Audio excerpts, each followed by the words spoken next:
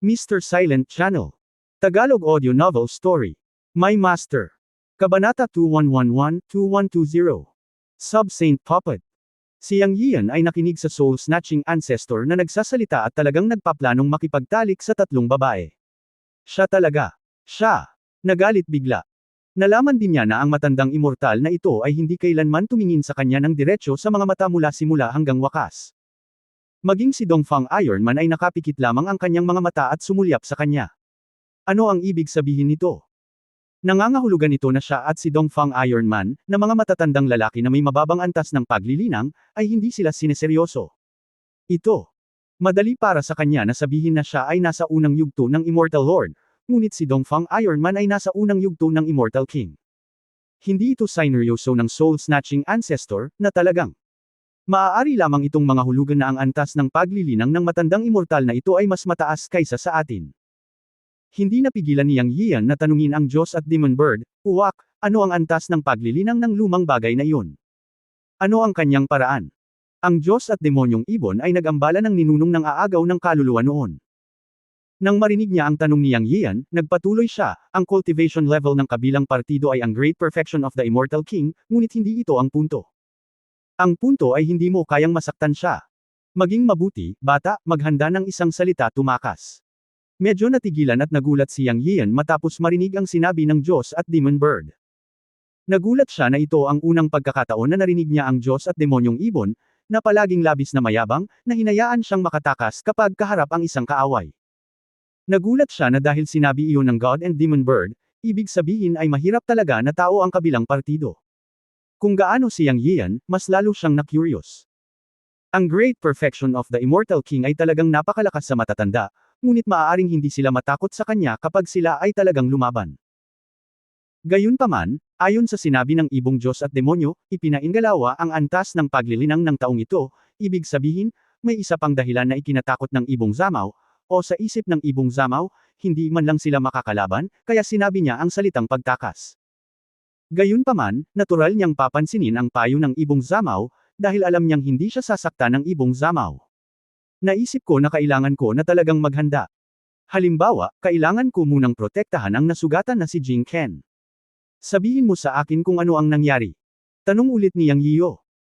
Sinabi ng Magic Bird, kung hindi ako nagkakamali sa pamamaraang ginagawa ng taong ito ay ang Ghost Soul Captivating Method na nawala noong sinaunang panahon. Ang mahiwagang pamamaraan na ito ay sinasabing nilikha ng isang pinamagatang Immortal Venerable noong sinaunang panahon. Siya ay isang wandering immortal, tulad ng iyong Panginoon na si Yun Changxi, ngunit siya ay nagsasagawa ng Ghost the Way na walang kamatayan, na kung saan ay isang mahusay na paraan ng Ghost the Wandering. Ng kanyang henerasyon, nilikha niya ang Ghost Soul Captivating Method na kakaiba sa immortal na mundo. Ang nawalang pamamaraan noong sinaunang panahon, walang inaasahan na lilito ito sa isang mahina ngayon. Gayunpaman, ang taong ito ay hindi nakakatakot. Ang nakakatakot ay ang dalawang tao sa tabi niya, isang itim at isang pula. Hindi sila normal na nilalang. Dapat silang mga sinaunang immortal na bangkay. Ang bastard na ito ay malamang na nagnakaw ng ilang sinaunang libingan. Teka. Ibig mong sabihin ng mga immortal sa immortal na mundo ay may kaugalian din ng paglilibing. Tinanong ni Yang Yiyo ang Magic Bird na nanlalaki ang mga mata.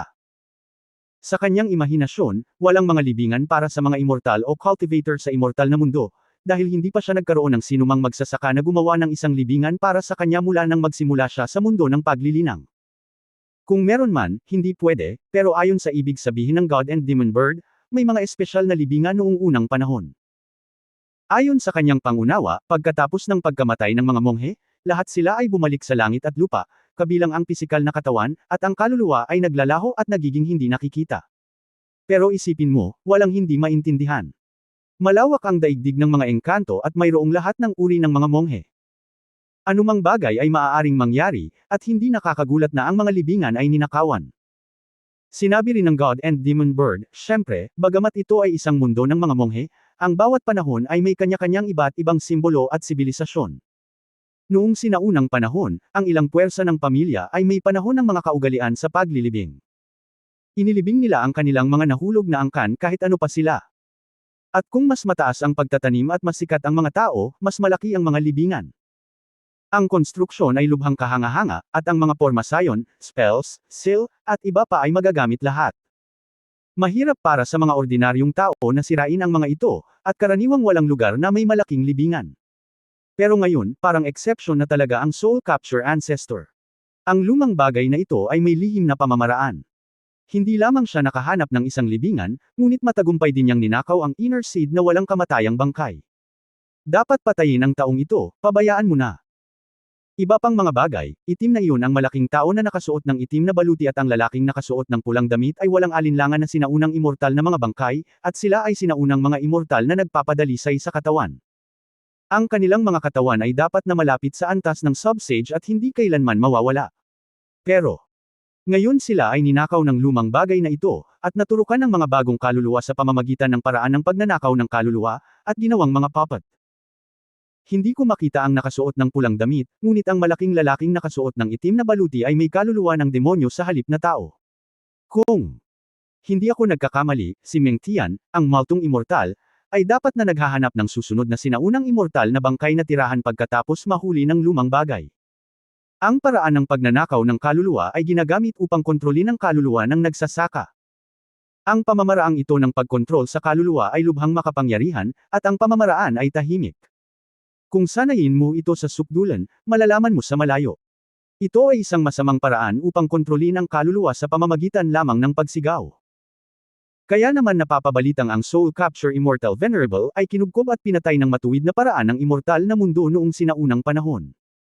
Sa hindi inaasahan, ang pamana ng Soul Capture Immortal Venerable ay natagpuan ng taong ito at matagumpay niya itong nalinang. Kaya, bata, maghintay para sa isang pagkakataon upang makatakas. Kayong lahat, isa-isa, tinatansya ko na hindi mo kayang talunin ang isang sinaunang immortal na bangkay ng magkasama. Noong sinaunang panahon, may mga magsasaka na nagdadalubhasa sa landas ng pisikal na kaliwanagan ng katawan. Ang lakas ng pisikal na katawan ay maaaring patunayan ang katotohanan. Tila ang dalawang tao sa tabi ng Soul Capture Ancestor, isang itim at isang pula, ay mga sinaunang nagsasaka na nagpapadalisay sa katawan na dalubhasa sa paglilinang ng pisikal na katawan. Ang iyong Dragon Slaying Sword ay hindi nag-iwan ng bakas sa ulo ng kalaban, na sapat na upang ipakita na ang malaking tao na nakasuot ng itim na armor ay nakapasok sa Sub-Sage level sa kanyang pisikal na katawan bago siya namatay. Ang hakbang na ito kung ang kanyang katawan ay magiging banal, hindi siya mamamatay, ngunit papasok sa banal na landas. Bawat body cultivator na ang katawan ay maaaring umabot sa Sub-Sant level sa kanyang buhay ay isang nangingibabaw na figure. Talagang nakalulungkot, nakakainis at nakakapuot na siya ay kontrolado ng iba at nagiging Sub-Sant puppet pagkatapos ng kamatayan. Ang taong ito na nagsasabing siya ang Soul Capture Ancestor ay nararapat na mamatay ng 1,000 beses. Ito ay pumukaw ng galit ng publiko. Kung alam ito ng malalaking angkan sa mundo ng mga engkanto, at may magnakaw sa sinaunang libingan at magpino ng isang Sub-Saint puppet, hindi siya magkakaroon ng magandang buhay. Ngunit muli, ang taong maaaring magmana ng legacy ng Soul Capture Immortal Venerable ay hindi magandang bagay. Nabalitaan na ang Soul Capture Immortal Venerable ay isa ring masamang tao. Isang Sub-Saint level body, ito ang rurok ng mga sinaunang body cultivator, isang hakbang ang layo mula sa Divine Realm. Walang kapantay na buntong hininga ang Diyos at demonyong ibon, at puno rin ng galit sa kanyang mga salita. Bahagyang naunawaan niyang Yiyu pagkatapos makinig, ngunit hindi pa rin napigil ang sabihin, ayon sa sinabi mo, Crow, ang mga sinaunang nagsasaka ng katawan ay pawang mga Sub-Santo, at isang hakbang na lang sila mula sa kaharian ng Diyos. Paano sila namatay? May mga bagay na hindi mo pa naiintindihan, at hindi mo pa sila makontak. Sa totoo lang, wala akong gaanong alam tungkol dito, pero isa lang ang sinasabi ko sa iyo, kahit ang Diyos ay maaaring mamatay. Walang tunay na immortal sa mundong ito, hindi pa banggitin ang magulong panahon noong sinaunang panahon. Normal lang na mamatay ang isang Sub-Santo. Natural lang na magagawa mong makipag-ugnayan dito kapag sapat na ang iyong pagtatanong sa hinaharap. Ngayon, isipin ang pag-alis dito hindi madaling tumakas mula sa ninuno ng kaluluwa. Sabi ng banal at demonyong ibon. Habang nag-uusap ang dalawa, ang ninuno na nang-aagaw ng kaluluwa sa kabilang banda ay gumawa ng kakaibang tunog, ngunit tinitigan sina Yang Yiyu at Dongfang Tairen at ngumiti, hehe, dalawang maliit na bagay, halika rito ng masunurin, kailangan ko pa ng ilang alipin upang paglingkuran ka, at kayong dalawa ang magiging isa. Pagdating ng panahon, gagawin ko kayong tatlo na magiging mas matataas na papi sa hinaharap. Little girls, hehe, pagsilbihan mo lang ako ng maayos. Nakinig si Yang Yiyu sa kausap ng matandang lalaki, unti-unting nagdilim ang mukha nito, at hindi niya maiwasang magalit. Kahit anong klaseng multo ka, hindi ako naniniwala sa kasamaan. Bigla akong tumayo, lumipad pataas gamit ang aking espada at pinatay ang soul-snatching ancestor, itinaas ang aking mga kamay sa langit, at kumilos sa batas ng aura. Ngunit sinabi niya kay Dongfang Tairen at sa iba pa, una na kayo, hahawakan ko itong matandang immortal. Boom! Sabi ni Yang Yiyo, at ang dragon-slaying sword ay direktang hamampas sa soul-snatching ancestor. Nagkaroon ng dagandong at gumalaw ito. Ngunit sa sumunod na sandali, biglang nanliit ang mga mata ni Yang Yiyo. Akala niya nakita niya ang soul-catching ancestor na ngumiti ng masama, iwinagayway ang kanyang kamay, at ang lalaking nakasuot ng pulang damit sa likod niya ay kumislap. Ipinakita ang isang walang kamali-mali na puting jade na kamay sa ilalim ng pulang roba, kumikinang ng maliwanag, at direkta at puwersahang umatake, hinawakan ang dragon-slaying sword, hawak ng mahigpit ang dragon-slaying sword sa kanyang kamay. Pagkatapos ay nakaramdam ng takot si Yang Yiyo, ngunit nalaman niyang nawalan siya ng contact sa dragon-slaying sword.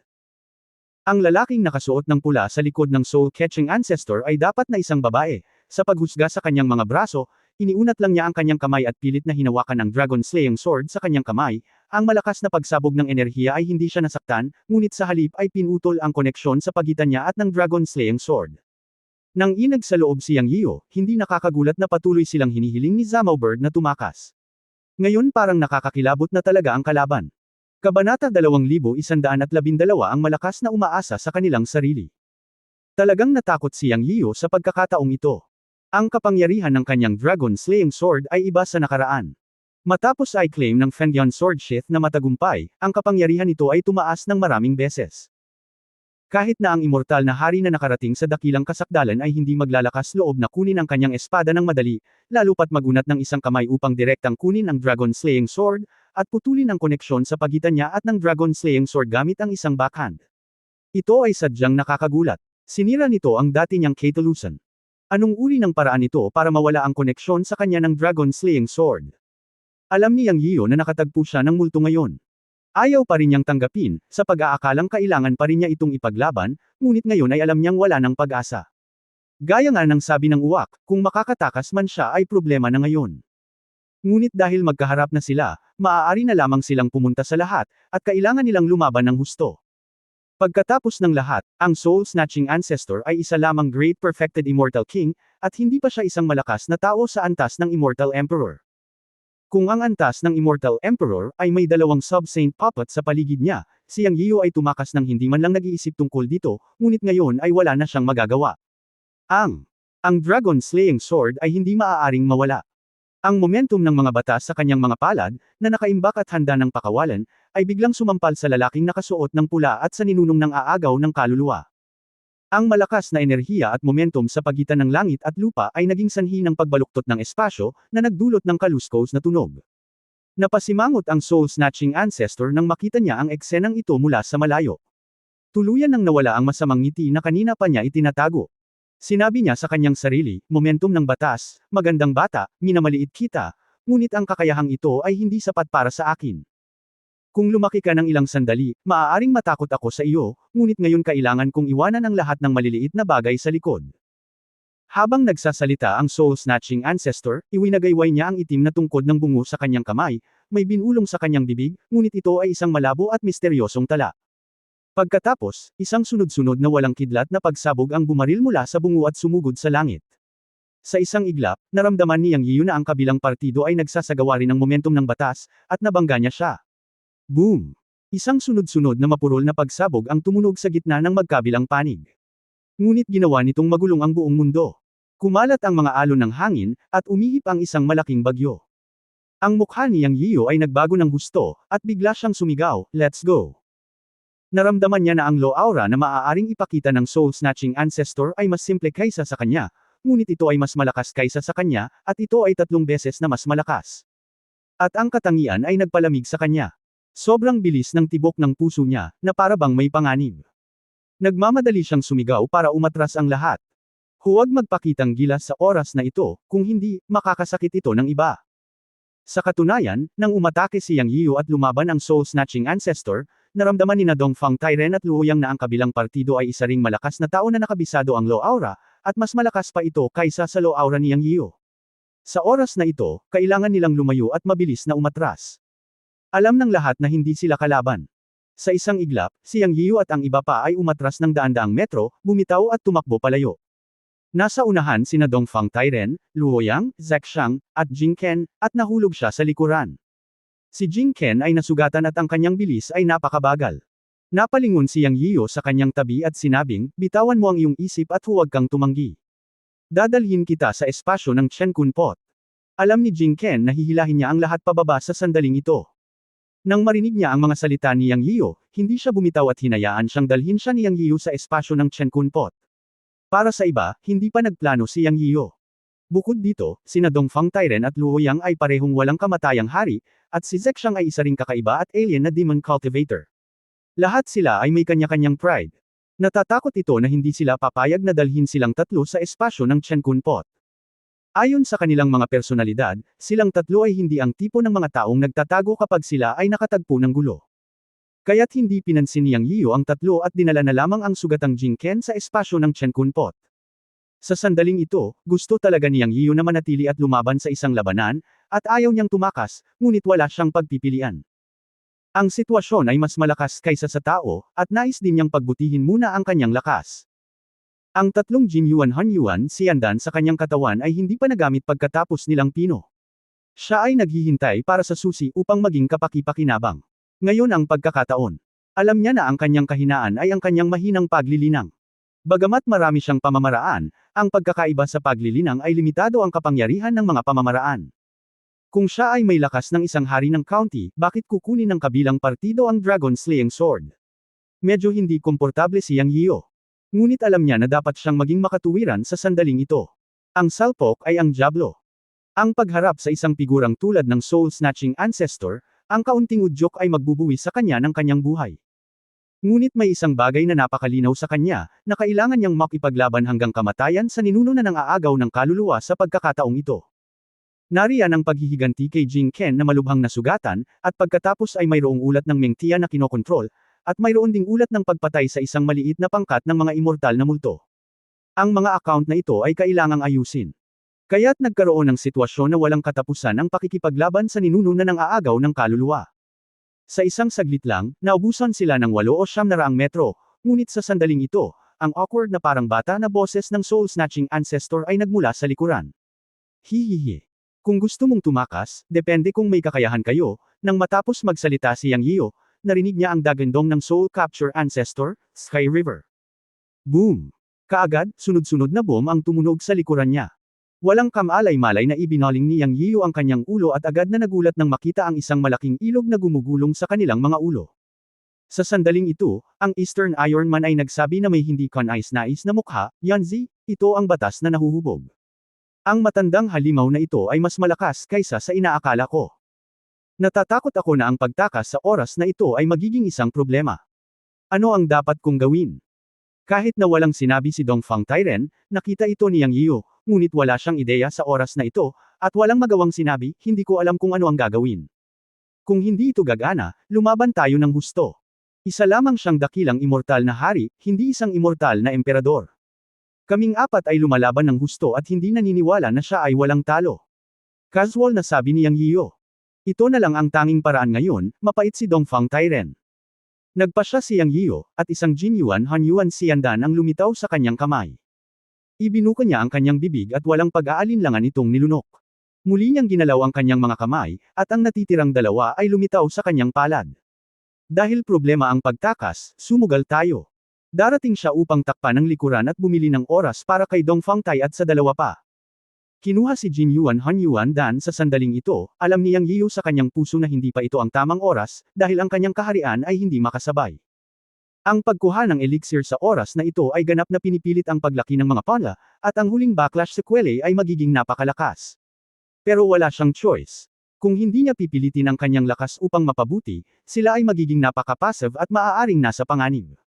Siya. Diretsyong nilunok ang isang elixir at hinawakan ang natirang dalawa sa kanyang bibig para magamit anumang oras.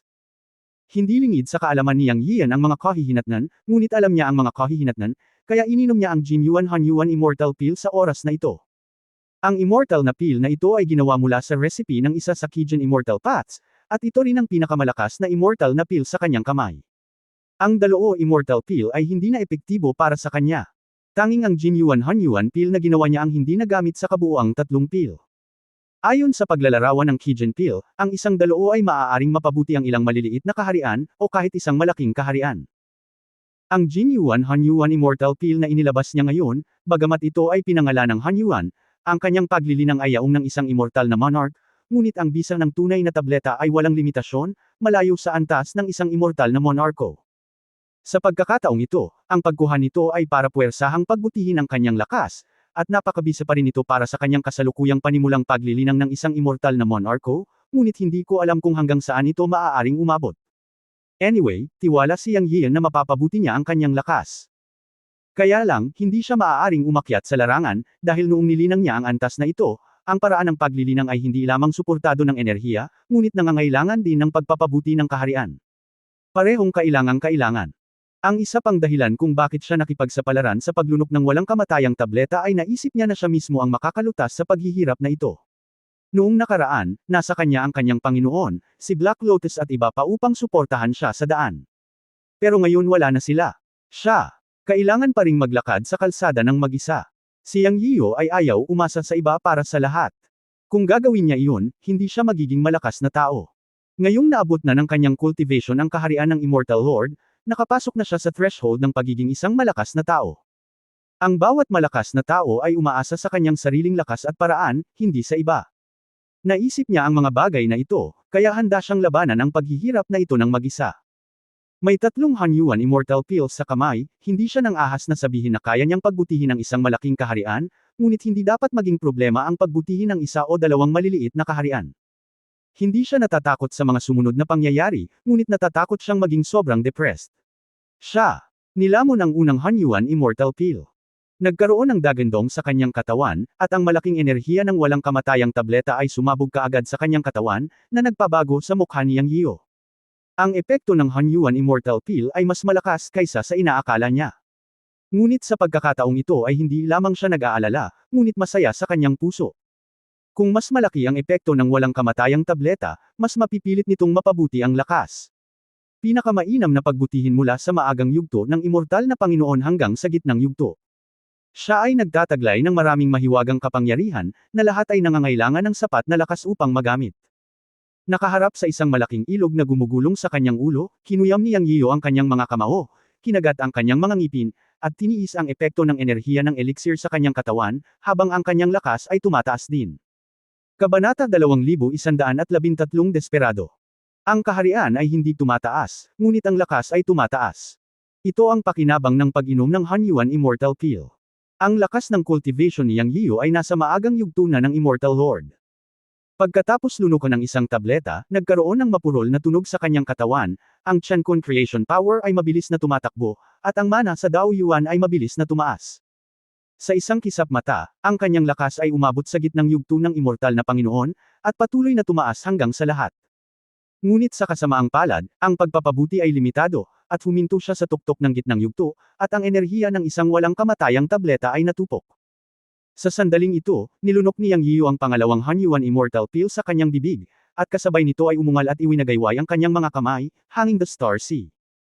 Sa isang iglap, bumagsak ang isang ilog ng langit mula sa ninunong ng aagaw ng kaluluwa. Sinubukan ni Yang Yiyo ang kanyang makakaya sa oras na ito, para lang subukan, pagkatapos niyang piliting pagbutihin ang kanyang lakas, matunuman niya ang ilog na ito sa pamamagitan ng paggamit ng Low Aura, o hindi bababa sa maorang ito. Totoo na mas makapangyarihan ang Low Aura na maaaring ibigay pagkatapos mapabuti ang lakas ng cultivation. Ang bawat isa ay nakikipagkumpetensya sa bawat isa sa lakas, humiram ng kapangyarihan ng langit at lupa, ninakaw ang dakilang kalakaran ng langit at lupa, at ang pagbabago ng batas ng kabilang partido ay tila umabot sa materialisasyon, ngunit sa katunayan, alam niya na ito ay enerhiya pa rin sa asensya. Bagaman ang kanyang baligtad na dagat ng bituin ay naintindihan kamakailan, ito rin ay isang uri ng pagbabago, at ito ay dagat pa rin ng mga bituin, ngunit mahirap sabihin sa ilalim ng banggaan. Ang kapangyarihan ng kaluluwa, ang mana sa katawan, at ang 5 elemento ng kapangyarihan na natipon mula sa langit at lupa ay natipon sa pagitan ng kanyang mga palad. Malinaw na naramdaman ni Yang Yiyo na parang isang bundok ang lumitaw sa pagitan ng kanyang mga palad sa oras na ito, ngunit hindi niya maramdaman ang gravity. Sa katunayan, alam niya na ito ang kapangyarihan ng aura ng batas. Habang ang mana sa katawan ay patuloy na nagtitipon, naramdaman ni Yang Yiyu na ang kapangyarihan ng langit at lupa na kanyang hiniram ay lalong lumaki. Umungol siya at sumugod patungo sa ilog sa kalangitan. Ang celestial river ng soul-catching ancestor ay nakikita, ngunit ang baligtad na star sea ni Yang Yiyu ay hindi nakikita. Mula sa malayo, isang bola ng liwanag lamang ang lumitaw sa pagitan ng mga kamay ni Yang Yiyu. Isa itong golden energy ball na may diameter na halos 1 metro. Ngunit ang kanyang low aura ay isang baligtad na dagat ng mga bituin, at ang grado ay napakataas, malayo sa pagiging maihahambing sa makalangit na ilog ng soul ancestor. Gayunpaman, mayroong isang puwang sa pagitan ng dalawa. Ang gap ay ang low aura ng soul ancestor ay materialized at hinubog, at mababa ang grade niya. Bagamat hindi pa nahuhubog ang low aura ni Yang Yiyan, ito ay nasa napakataas na grado. Sa usapin ng materialisasyon, ito ay isang malaking ulo sa likod ng soul ancestor, ngunit sa mga tuntunin ng grado, ito ay isang malaking ulo na mas mataas kaysa sa makapangyarihang bansa. Kaya mahirap talagang sabihin kung ano ang magiging resulta ng banggaan na ito. Inihagis ni Yang Yiyan ang low aura ball na hawak ng magkabilang kamay sa ilog ng soul ancestor, na talagang hindi bababa sa pagtakbo palayo sa isang bundok. Sa isang iglap, umalangaw sa buong venue ang tunog ng pagyanig ng lupa. Boom!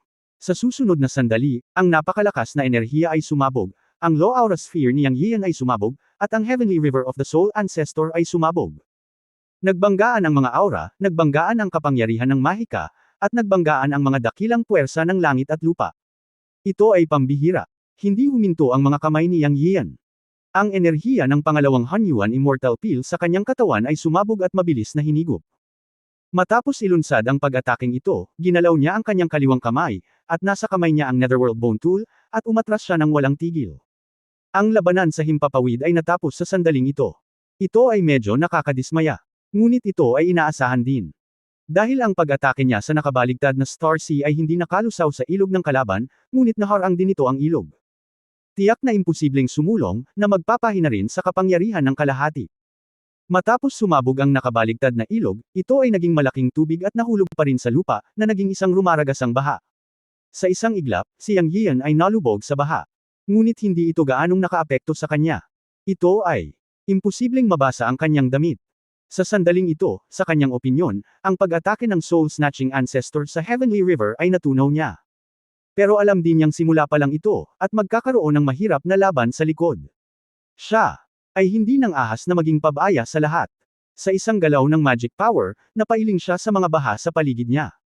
Lumingon siya sa likod at nakitang nakatakas na sina Dongfang Tairen at Luoyang sa malayo, at naaliw siya.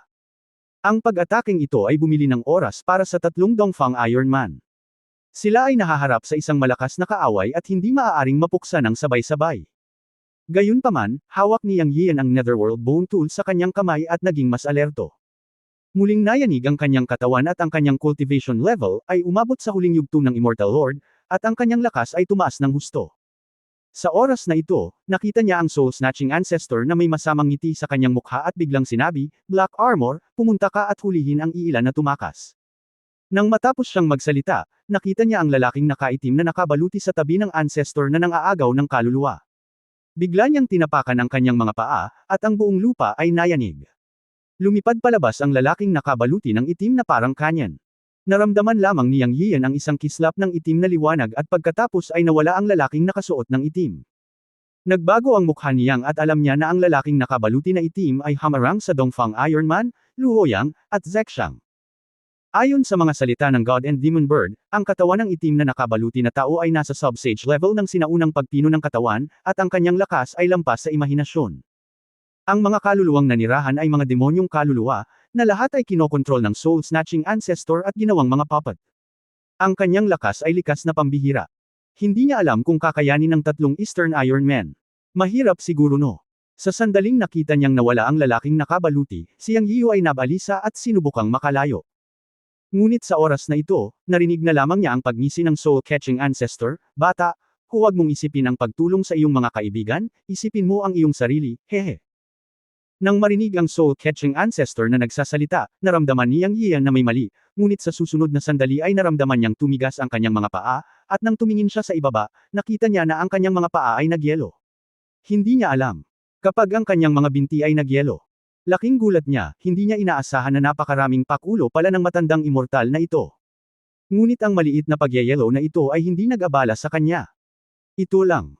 Alam niya na ang layunin ng soul-catching ancestor ay tiyak na hindi para palamigan siya, kundi para saluhin siya. Gaya ng inaasahan, ang soul-captivating ancestor ay pumasok ng mahigit 10 metro ang layo mula sa kanya, tumingin sa kanya ng nakangiti at sinabing, "Medyo kawili-wili ka, mayroon ka talagang aura ng Star Silo, at maaari mo ring matuno ang aking batas sa tubig.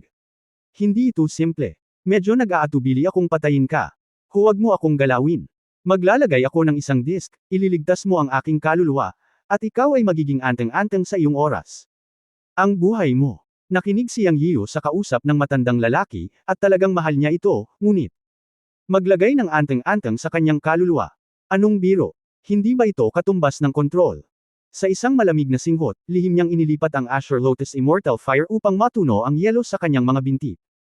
Tiningnan niya ang soul-catching ancestor na si Yang Yian at Ninishan, "Gusto mong maging Panginoon ko, hindi ka ba kwalipikado?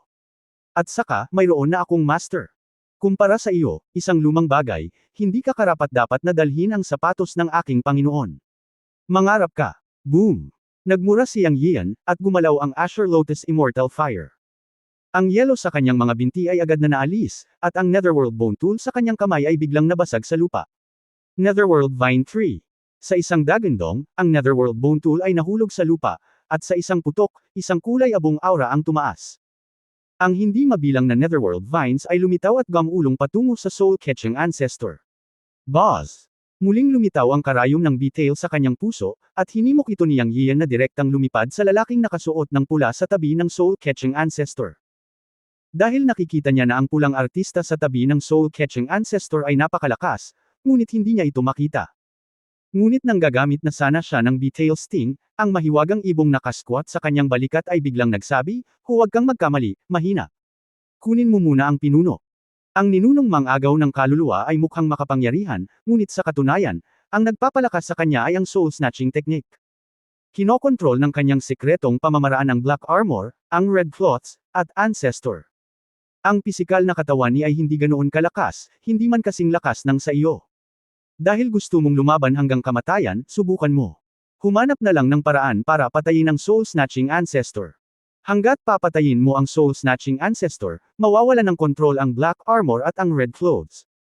Hindi mo ba nalaman na ang Red Clothes ay nasa tabi ng soul-snatching ancestor? Ano ang ibig sabihin nito? Ibig sabihin may kahinaan ang matandang ito. Hindi niya hinayaan na masyadong malayo sa kanya ang Red Clothes. Palagi siyang nasa loob ng 3 metro sa kanya. Gayun din, kailangan mong mag-ingat sa kanyang soul-snatching technique. Sa ngayon, hindi pa niya ginagamit sa iyo. Kapag ito ay ginamit, natatakot ako na hindi mo ito matitiis. Protektahan ang iyong kaluluwa. Tina-target ng soul-snatching technique ang immortal na kaluluwa. Matapos pakinggan ang mga salita ng mahiwagang ibon, naisip ito ni Yang Yiu at napagtanto na ito ay eksaktong ganito. Agad niyang binago ang target at inilagay ang sneak attack target ng Betrayal Sting sa lalaking nakapula. Sa oras na ito, ang Netherworld Vine Tree ay nakakagambala sa linya ng paningin, marahil isang sneak attack ay maaaring gawin, ngunit hindi ko alam kung ito ay magtatagumpay. Buzz! Ang karayom ng buntot ng pukyutan ay itinutulak ng espada, humihiging, at tahimik na lumilipad patungo sa lalaking nakapula. Kabanata 2114, Countermeasures. Ang snake attack ng Betrayal Needle ay palaging matagumpay, ngunit hindi alam ni Yang Yian kung sa pagkakataong ito ay magtagumpay ba siya laban sa lalaking nakasuot ng pula sa tabi ng soul-snatching ancestor. Ayon sa God and Demon Bird, ang itim na baluti at ang taong nakasuot ng pula ay parehong sinaunang substant level na laman, at ang kanilang lakas ay mas malakas pa kaysa sa walang kamatayang sandata. Hindi ko alam kung matusok ba ng karayom niyang Betrayal ang lalaking nakasuot ng pula. Ngunit dahil sinabi ng Diyos at demonyong ibon, kailangan niyang subukan. Kung hindi niya papatayin ang lalaking nakasuot ng pula, hindi siya makakalapit sa ninunong mang-agaw ng kaluluwa. Si Yang Yian ay natural na naniniwala sa Diyos at Demon Bird. Maasahan pa rin ang sinabi ng ibong may halong buhok sa kritikal na sandali. Kaya lang hindi ko alam kung ano ang itsura ng lalaking nakasuot ng pula. Sa simula pa lang, pambihira ang lingkod na ito na nakabalot ng pulang damit. Iniunat niya lang ang isang kamay niya para saluhin ang kanyang dragon-slaying sword at inalis iyon. Nasa kamay niya pa rin ito ngayon. Mula sa puntong ito, walang alinlangan na ang lalaking nakasuot ng pula ay mas makapangyarihan, nakahigit pa sa lalaking nakabaluti ng itim. Dumiretso ang karayom ng Betrayal sa lalaking nakasuot ng pula. Si Yang Yian ay medyo Inaasahan kong ang kanyang pag-atake ay magiging matagumpay sa ilalim ng panghihimasok ng Nethervine Tree. Sa ilalim ng kontrol ng kanyang isip, tinutukan niya ang likod ng ulo ng lalaking nakasuot ng pula. Boom! Ang susunod na sandali ay medyo si Yang Yian. Tulala. Nang pumutok ang karayom sa buntot ng pukyutan, hindi nito natusok ang ulo ng lalaking nakasuot ng pula gaya ng inaakala, ngunit pinasabog nito ang damit ng lalaking nakasuot ng pula ng may dagandong. Ang totoong mukha ng Mount Lu lumitaw, na ginawa Yang Yian. Makaramdam ng takot. Una sa lahat, babae talaga. Sa unang pagkakataon na nakita ko siyang iniunat ang kanyang puting kamay para agawin ang Dragon Slaying Sword, mukha itong kamay ng isang babae, ngunit bukod doon, nakabalot ang lahat at hindi ko man lang makita ang kanyang mukha. Ngayon, ang karayom ng Beatle ay nakalusot, at hindi ito tumusok sa ulo ng kalaban gaya ng inaakala, ngunit ito ay sumabog sa kanyang pulang damit sa isang suntok, at kitang-kita ko ang kanyang mukha. Ito ay hindi katulad ng naisip, medyo nakakatakot.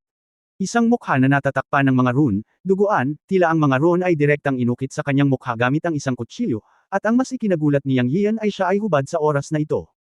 Ganito ang hitsura niya matapos pasabugan ng buntot ng bubuyog ang kanyang pulang damit, na may dagwang rune sa buong katawan. Malinaw, ang mga rune na ito ay puwersahang inukit sa kanyang katawan pagkatapos ng kapanganakan. Alam ni Yang Yian nang hindi tinatanong na ito ang paraan ng ninuno na ng agaw ng kaluluwa. Marahil ito talaga ang paraan na ginamit ng walang kamatayan upang kontrolin ang pares ng sinaunang mga sub-sages na nagpapadalisay sa katawan, black armor at red clothes. Ang pag-ungol ng sumpa ng Diyos at Demon Bird ay narinig din sa kanyang mga tainga, ang matandang bastard na ito ay talagang karapat-dapat na parusahan ng langit dahil sa pakikialam sa mga sinaunang immortal. Ang mga salita ng Diyos at Demon Bird ay katumbas ng pagtukoy sa hula ni Yang Yian.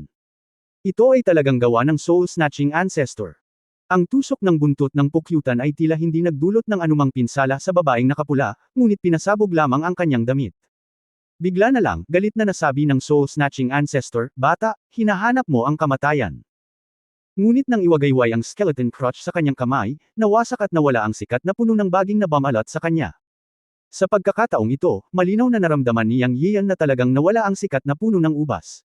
Nawasak ito ng kamakaway ng kamay ng soul-snatching ancestor. Kailangan itong ipatawag muli sa susunod. Sino ang nakakaalam kung anong nilalang sa Netherworld ang lilito? Hindi nabalisa si Yang Yian tungkol sa pagkawala ng Netherworld Teng, hanggat mayroong Netherworld Bone Instrument, maaari niyang ipagpatuloy ang pagtawag nito. Gumalaw ang puso ni Yang Yian sa unang pagkakataon, at naalala niya ang Beatle Stinger at ang Netherworld Bone Instrument. Matapos ang eksenang ito, nagalit din ang ninunong mang-agaw ng kaluluwa. Patayin mo siya. Ikanaway ng soul-snatching ancestor ang kanyang kamay, at umihip ang malamig na hangin sa oras na ito, ngunit kontrolado nito si Meng Tian na sugurin si Yang Yian. Tungkol naman sa babaeng nakasuot ng pulang damit, hindi, ngayon ay hubad na siya, ang pulang damit ay binasag niya, at nakatayo pa rin siya sa tabi ng ninunong mang-agaw ng kaluluwa.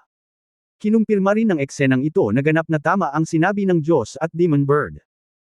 Mahina siguro ang katawan ng ancestor na nang-aagaw ng kaluluwa, kaya hindi siya naglakas loob na umalis sa babaeng nakapaligid sa kanya. Isa siyang super bodyguard. Ngunit hindi ito mahalaga sa ngayon. Ang mahalaga ay mayroon siyang mapanlinlang na problema. Kinokontrol ng soul-snatching ancestor si Meng Tian para sugurin siya, na isang problema para sa kanya. Malinaw na si Meng Tian ang pinakamahinang tao sa paligid ng soul-catching ancestor. Kahit na mas malakas siya kaysa dati, hindi nag-alala si Yang Yiu kay Meng Tian. Ang punto ay kapag kumilos na siya, natatakot siyang masaktan si Meng Tian. Ano ang dapat nating gawin sa uwak? Tanong ni Yang Yiu sa Diyos at demonyong ibon. Ano ang magagawa natin? Pigilan ito sa pamamagitan ng puwersa. Ang multo ni Meng Tian ay halatang kontrolado ng soul-catching ancestor soul-catching technique. Kung gusto mo siyang iligtas, pigilan mo lang ito ng buong lakas at itapon ito sa espasyo ng Chen Kun Pot. Kapag napatay na ang soul-catching ancestor, natural na mawawala ang control technique. Sabi ng Diyos at demonyong ibon. Yang. Nakinig si Yiu sa mga salita ng Diyos at Demon Bird at Bamulong, ito ay kapareho ng walang sinasabi. Natural na alam ko ito. Gusto kong tanungin ka kung may anumang paraan para alisin ang kontrol ng soul-catching ancestor kay Meng Tian. Nanaginip ka ba? Ang soul-catching technique ay isang lihim na mahiwagang kapangyarihan na nawala noong sinaunang panahon. Paano ko malalaman kung paano ito aalisin? The God and Demon Bird cursed. Alam kong wala kang silbi, inilibot ni Yang Yiu ang kanyang mga mata. Sa susunod na sandali, hindi niya pinansin ang banal na ibon at pinaikit ang kanyang mga mata, tinitigan si Meng Tian na sumusuntok sa kanya, iniisip kung paano sugpuin si Meng Tian sa lalong madaling panahon. Hindi na siya makapag-delay pa. Kinailangan din niyang bantayan ang ninunong mang-agaw ng kaluluwa. Ang matandang immortal na ito ay ang tunay na makamandag na ahas sa dilim. Sa kabilang banda, ang lalaking nakabaluti na itim ay humabol kay Dongfang Tairen, Luo Yang, at Zexang. Ngayon ay hindi na nila makita ang kanilang mga bakas. Hindi ko alam kung kaya bang harapin ni Dongfang Tairen at ng iba pa ang lalaking nakabaluti na itim na may sub-saint level na katawan. Ngunit ito ay dapat na posible. Huwag na nating pag-usapan ang pangmatagalan. Si Dongfang Tairen ay apo ng pinamagatang Immortal Emperor. Tiyak na mayroon siyang paraan upang iligtas ang kanyang buhay. Si Luo Yang ay may devil consciousness sa kanyang katawan. Kung ito ay talagang isang kritikal na sandali, ang kamalayan ng Diablo ay tiyak na lalabas upang protektahan si Luo Yang. Bagamat si Zexang ay isang antas na mas mababa kaysa kay Dongfang Tairen at Luo Yang sa cultivation, siya ay isang demon cultivator. At saka, naniniwala siya na kasama sina Dongfang Tairen at Luo Yang, hindi maghihirap si Zexang. Sa kabaligtaran, siya ang pinakadelikado.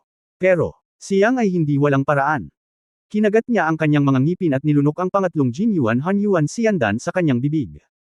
Nais niyang pagbutihin ang kanyang lakas sa paglilinang sa pinakamataas na antas upang harapin ang susunod na labanan.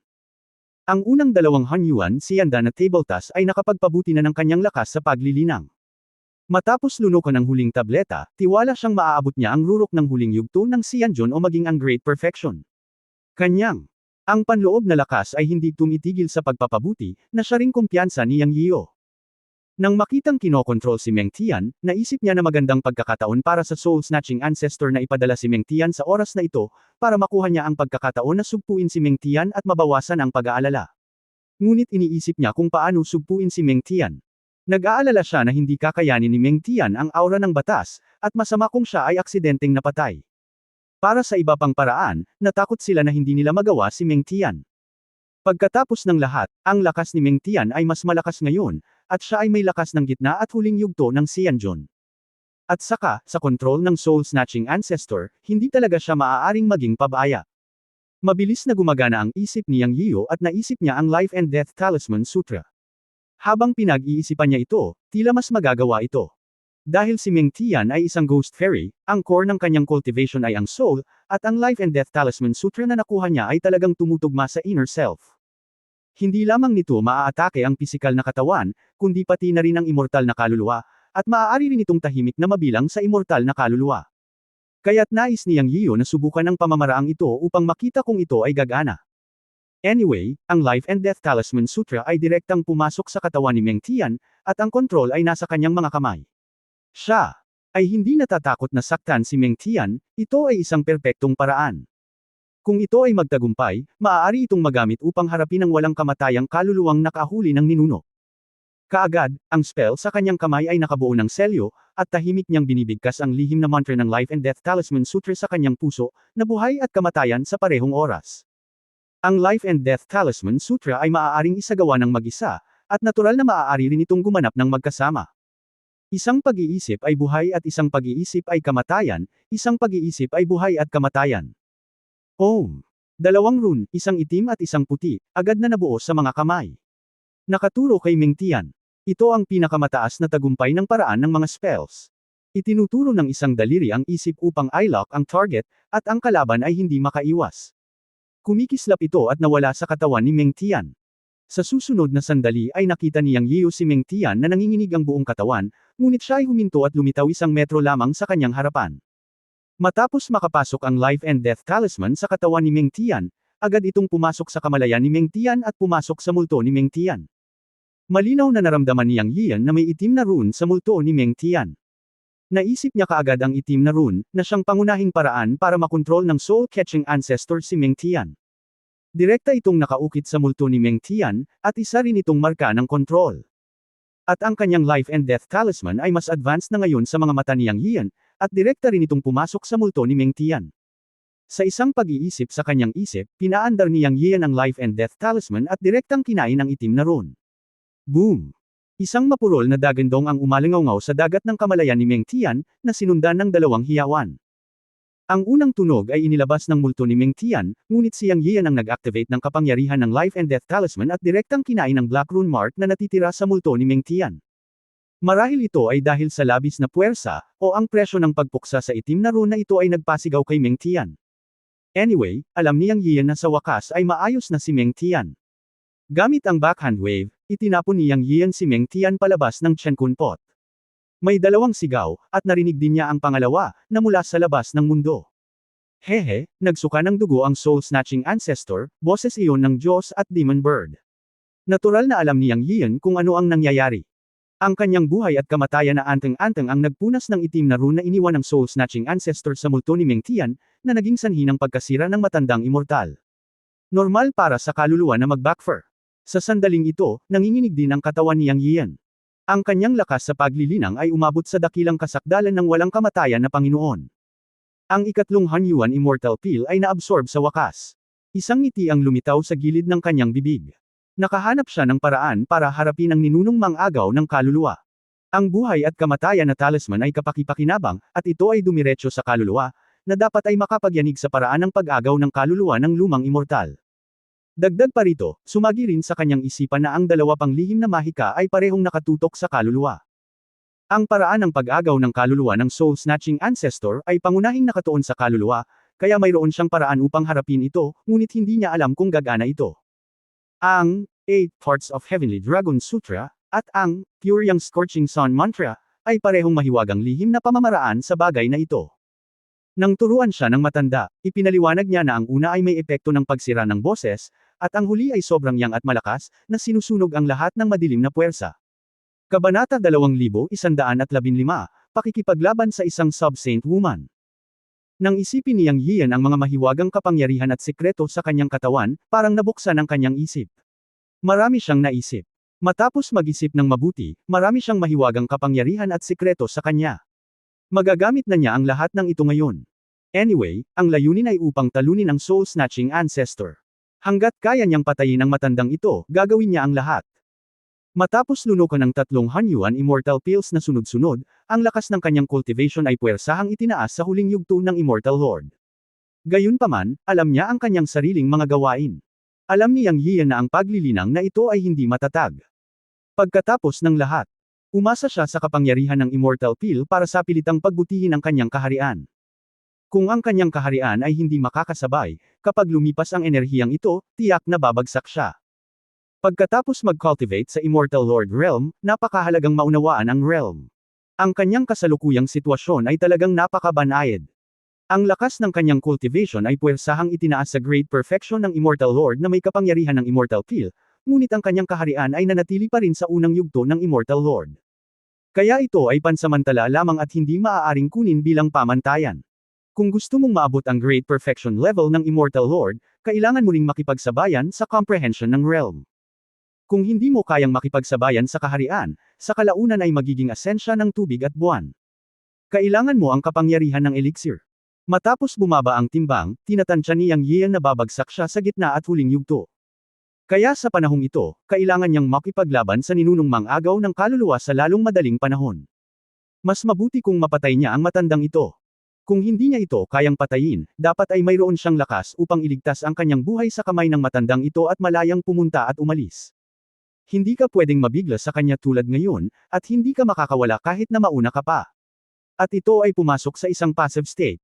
Ang usapin ni Meng Tian ay nalutas, at ang soul-snatching ancestor ay nagsuka ng dugo. Sa round na ito, dinaig ni Yang Yian ang matandang immortal at nakahanap ng paraan para harapin ito. Gayunpaman, hindi niya niluwagan ang kanyang pagbabantay, dahil alam niya na ang susunod na labanan ay maaaring mas mapanganib, at ang ganting atake ng soul-snatching ancestor ay magiging mas mabangis lamang.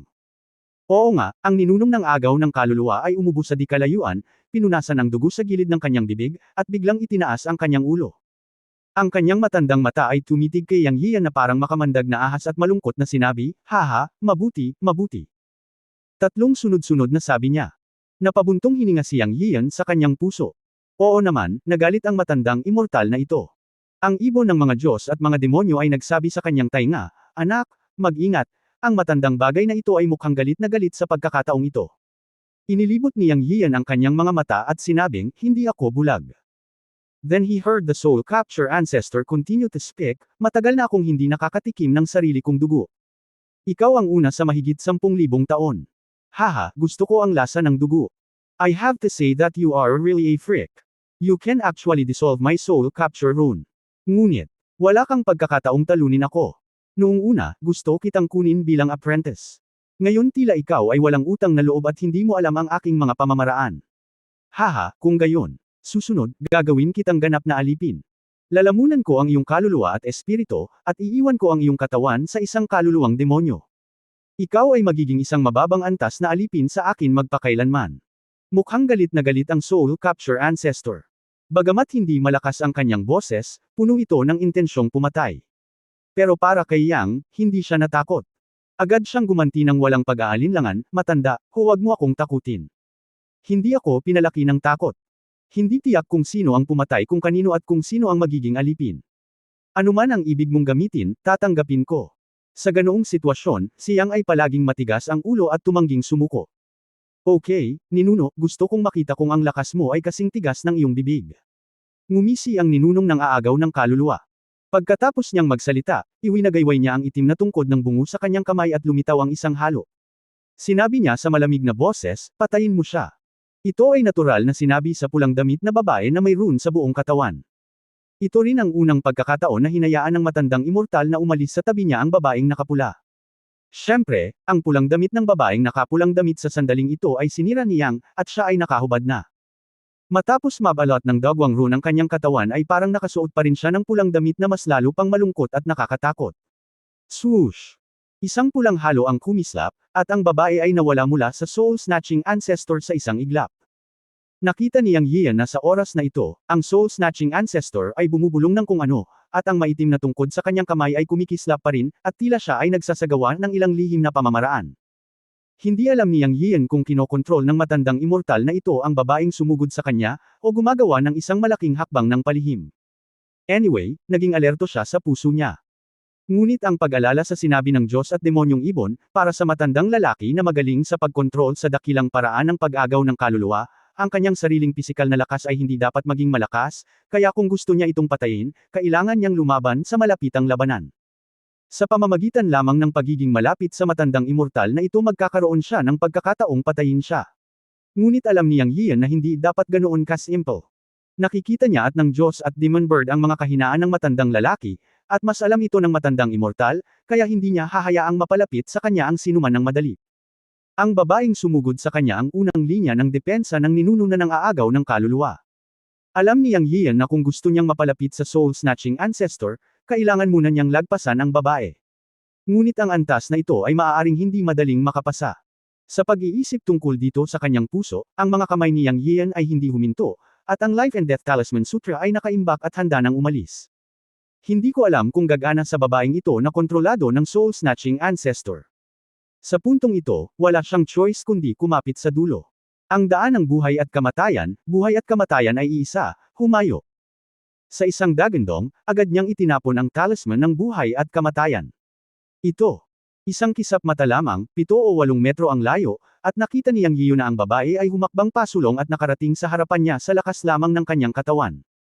Walang laman ang kanyang mga mata at walang makikita, tanging ang mga dagwang rune na nakaukit sa kanyang katawan mula ulo hanggang paa ang kitang-kita, na kumikinang na may pulang halo, na medyo kakaiba ang hitsura ng babaeng ito. At ang ilang bahagi ng kanyang hubad na katawan na dapat at hindi dapat makita ay malinaw na nakikita sa ilalim ng kanyang mga mata, na naging dahilan upang bahagyang magbago ang puso ni Tao ni Yang. Ngunit sa oras na ito ay alam niyang hindi siya mapakali, kung hindi siya mag-iingat, siya ay pira-piraso ng babaeng ito na may nakaukit na rune sa buong katawan. Sinabi ni Ziisho na ang lalaking nakasuot ng itim at ang babaeng ito ay parehong sinaunang tagapagpino ng katawan, at sila ay mga buhay na umabot sa antas ng sub-santo, at ang kanilang mga pisikal na katawan ay nasa tuktok na ng antas na ito sa mundo ng mga engkanto. Ang pisikal na katawan ng isang sub-santo, sa isang tiyak na lawak, ay nalampasan ang katigasan ng antas ng sandata ng engkanto, na lubhang nakakatakot at hindi maisip. Kung hindi siya mananatiling buo sa hindi mabilang na mga taon pagkatapos ng kanyang kamatayan.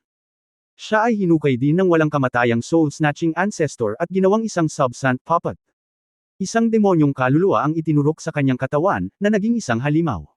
Nararamdaman at nakikita ni Yang Yian ang kapangyarihan ng kanyang katawan. Sa ilalim ng rune, ang kanyang balat ay kasing kristal ng jade, at ang kanyang dagwang dugo ay naglalabas ng halo. Ang kanyang malakas na aura ay walang alinlangan na nahayag. Sa kontrol ng immortal na soul-snatching ancestor, hindi maisip ni Yang Yian kung gaano kalakas ang babaeng ito. Gayunpaman, dahil nakilala niya ito, maaari lamang siyang lumaban hanggang kamatayan. Walang pagpipilian at walang paraan. Ang tanging nakakaaliw kay Yang Yian ay ang makapangyarihang babaeng sub-santo ay walang karunungan. Kahit na ang demonyong kaluluwa ay iniksyon sa kanyang katawan ng soul-snatching ancestor, ang taong kumokontrol sa kanya ay ang soul-snatching ancestor kung tutuusin. Nangangahulugan ito na ang karunungan at kamalayan ay palaging nasa ninunong ng agaw ng kaluluwa. Sa tahasang pananalita, ang walang kamatayang soul-snatching ancestor ang gumamit ng makapangyarihang katawan ng sub-santo para sa kanyang sariling paggamit. Sa sitwasyong ito, alam ni Yang Yiu na maaaring magkaroon siya ng pagkakataong manalo, ngunit kailangan lang niyang maghanap ng paraan. Marami siyang pakulo, at isa-isa niyang susubukan. Ang Life and Death Talisman ay ginamit ng maayos, at tahimik na pumasok sa katawan ng babae nang walang anumang hadlang. Ito ay inaasahan, ngunit hindi rin inaasahan. Inaasahan ito dahil alam ni Yang Yiu ang mga katangian ng kapangyarihan ng Life and Death Talisman, at halos hindi nito baliwalain ang anumang power barrier at direktang pumasok sa katawan ng kabilang partido. Ngunit walang ganap. At hindi inaasahan dahil hindi man lang lumaban ang babae, at hindi man lang umiwas. Maayos na pumasok sa katawan niya ang Life and Death Talisman na ginamit niya. Ang resultang ito ay magkahalong saya at kalungkutan. Ang saya ay naging maayos ito, ngunit ang kalungkutan ay hindi ko alam kung ang Life and Death Talisman ay magkakaroon ng anumang epekto sa sub-sage body na ito. Sa susunod na sandali, malinaw na ang resulta. Nadurog ang puso ni Yang Yiu. Dahil pagkatapos niyang buhayin ang Life and Death Talisman, hindi naapektuhan ang babae, at sumugod pa rin sa kanya, iniunat ang kanyang kamay sa isang palad, at hinampas. Nagulat si Yang Yian at umungal, baliktad na Star Sea. At iwinagayway ang palad para lumaban. Sa oras na ito, wala siyang ibang pagpipilian kundi ang makipaglaban ng direkta. Sino ang gumawa ng Life and Death Talisman na walang epekto sa kalaban? Kabanata 2116, paggamit ng Yellow Spring Blood Coffin. Diretso sa palad niya ang aura ng batas, at diretsyong bumangga sa palad ng babae. Siyang ay talagang isang lalaki na hindi iiyak hanggat hindi niya nakikita ang kabaong. Bagamat laging sinasabi ni Zhao Niao kung gaano kahanga-hanga at makapangyarihan ang mga sinaunang sub-santo na nagpapadalisay sa katawan. Ngunit sa puso ni Yang, wala siyang ideya kung gaano sila kalakas nang hindi ito nararanasan. Siya, hindi lang naniniwala sa kasamaan nung sinaktan niya sila. Nagtama ang dalawang palad at malakas na nataman. Boom! Isang nakakabinging dagandong ang tumunog. Kotsa! Sinasabayan ng tunog ng mga sirang buto. Siyang ang nagbago ng gusto sa mukha. Nakaranas siya ng pagkawala sa banggaan ng palad na ito, at nabali ang kanyang pulso, at malinaw ang tunog.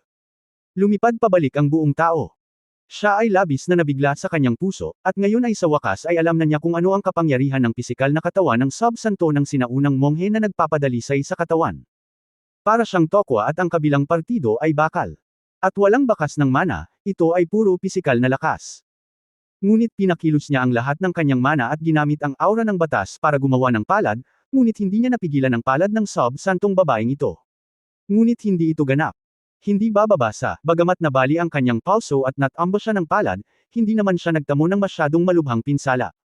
Ipinapakita rin ito na kapag ginamit niya ang low aura, malaki pa rin ang epekto nito.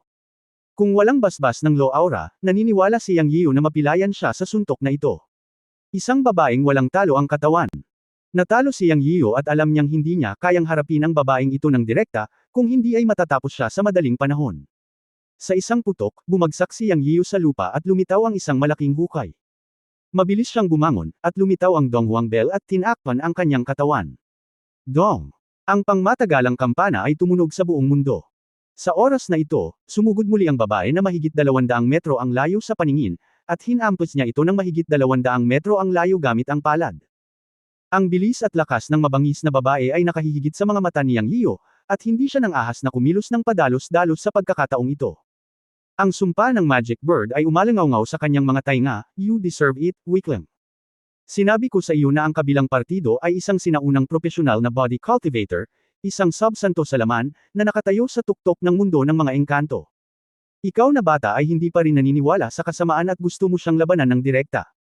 Matatalo mo ba siya? Kung ito ay hindi lamang laman ng sub-santo, sa ilalim ng palad na ito, 10,000 sa inyo ay nawala sa manipis na hangin. Hindi mo alam kung mabubuhay ka o mamamatay." Sinumpa ng Magic Bird si Yang Yiu nang walang kagalang-galang. Sa oras na ito, medyo nahihiya si Yang, ngunit hindi niya pinabulaanan, dahil talagang humihingi siya ng kamatayan. Nang makitang muli ang sub-saint na babae na lumilipad patungo sa kanya, sinabi ni Yang Yian, "Okay, stop talking. Gusto ko lang subukan ang kanyang lakas. Sabihin mo lang sa akin kung may anumang paraan para harapin siya. Ano ba, siya ay kontrolado ng soul-snatching ancestor. Kung gusto mo siyang patayin, kailangan mo munang patayin ang soul-snatching ancestor, o maaari mo siyang sugpuin ng karahasan at ilagay siya sa espasyo ng Chen Kunpot tulad ni Meng Tian. Teka, may idea ako, baka pwede ko pang harapin tong babaeng to." Narinig ni Yang Yian ang sinabi ng Diyos at Demon Bird na maliban kung ang babaeng ito ay ilagay sa Chen Kunpot tulad ni Meng Tian, bigla siyang nag-isip ng posibleng paraan. Siyempre, imposibleng sugpuin ang babaeng ito ng marahas, at ang iba pang mga pamamaraan ay maaari lamang gamitin. Dahil sa pamamaraang ito, naisip niya ang Yellow Spring Blood Coffin. Ang Yellow Spring Blood Coffin ay ang kayamanan ni Luoyang, ang consciousness side ng demonyong Diyos. Ito ay lubhang yin at kasamaan, at isa rin itong pinakamataas na kayamanan na may kakaibang espasyo sa loob. Hindi niya maaaring pilitin ang sub-sant na babae sa Chen Kunpot gamit ang kanyang kasalukuyang lakas ng kaluluwa, kaya hindi na niya kailangang isipin ito, ngunit maaari niyang gamitin ang Yellow Spring Blood Coffin. Hanggat ito ay ginagamit ng maayos, maaaring isa itong paraan upang ilagay ang babaeng sub-santo sa Yellow Spring Blood Coffin at selyuhan ito. Kaagad. Dahil ang Yellow Spring Blood Coffin ay nasa kanyang mga kamay, maaari niyang buksan ang takip ng kabaong anumang oras at ilagay ang sub-sant na babae at selyuhan ang takip ng kabaong. Bukod dito, pagkatapos ay activate ang Yellow Spring Blood Coffin, mayroon itong suction force, na pambihira. Ang kahirapan ay nasa kung ang kabilang partido ay bibigyan siya ng pagkakataon na ilagay ito. Ang puntong ito ay natural na imposible, ngunit ang mga pagkakataon ay maaaring malikha. Hanggat maaari kang makahanap ng isang paraan upang ayusin o bigyan siya ng oras at pagkakataon na kontrolin ang Yellow Spring Blood Coffin upang tunguhin ang sub-saint na babae, ang pamamaraang ito ay magagawa. Paano ito magagawa? Napaisip siya at napaisip. Ano ang kinakatakutan niya? Lumaban pa siya hanggang kamatayan. Matapos ubusin ang ilan sa kapangyarihan ng sub-sant na babae o ang kapangyarihan ng soul-catching ancestor na kontrolin ng sub-sant woman, dapat siyang magkaroon ng pagkakataon na maghanap ng mga pagkakataon. May body fixing technique pa siya. Hanggat kaya niyang mapanatili ang tatlong paghinga, tiyak na may tatatak niya ang babaeng ito sa Yellow Spring Blood Coffin. Susunod, depende ito sa kung gaano siya katagal makakapit sa mga kamay ng babaeng sub-santo. Kapag iniisip ito, si Yang Yiu ay napakalmado. Ang demonic bird ay nagsalita din at nagsabi, "Anak, subukan mong i-activate ang iyong Donghuang Bell." Parang nakita kong huminto ang babae nang tumunog ang iyong Donghuang Bell. Posibleng may epekto sa kanya ang tunog ng Donghuang Bell. Nang marinig ang sinabi ng demonic bird, nagmamadaling pinaandar ni Yang Yiu ang Donghuang Bell. Naisip niya na maaaring magkaroon ito ng epekto, dahil ang tunog mismo ng Donghuang Bell ay may kapangyarihang mabigla ang Yuan Shen. Sa oras na ito, kahit katiting na epekto ay malaking tulong sa kanya. Dong. Ang Donghuang Bell ay gumawa ng malakas na tunog. Tiningnang mabuti ni Yang Yiu at nalaman niyang tama ang Diyos at Demon Bird. Bagamat ang sub-saint na babae ay dumating sa napakabilis na bilis, ang kanyang figure ay tumigil sa sandaling tumunog ang Donghuang Bell, na parang bigla siyang nakuryente. Kahit na hindi maganda ang epekto, sumugod pa rin siya, ngunit alam ni Yang Yiu na sapat na ang paghinto na ito. May ngiti sa labi, mas nakaramdam siya ng kumpiyansa. Dong dong dong dong. Pagkatapos ay galit na hinimok ni Yang Yiu ang Donghuang Bell. Bagamat kinain nito ang kapangyarihan ng Yuan Shen, wala siyang masyadong pakialam sa oras na ito. Ang lahat ay para sa layunin ng paghahanda para sa kaaway, sa anumang halaga. Sa susunod na sandali, nang i-activate ang Donghuang Bell, na-activate ni Yang Yian ang kanyang Dharma Body at naging isang 100-meter giant. Sa pagtingin sa babaeng sub-santo na pumasok sa 30 metro na hanay, umungal siya, Vajra, immortalidad, pakikipaglaban, pagsunog sa langit, kulog. Sa isang hininga, ginamit niya ang 5 pinakamataas na mahiwagang kapangyarihan sa babaeng sub-santo na 30 metro ang layo. Bagaman alam niya na maaaring hindi ito masyadong epektibo, maaari itong magdulot ng ilang pinsala at mga hadlang, at ito ang kanyang layunin. Ubusin ang kalaban at mapanira ang mga hadlang, kahit na hindi sapat para itumba siya, sapat na.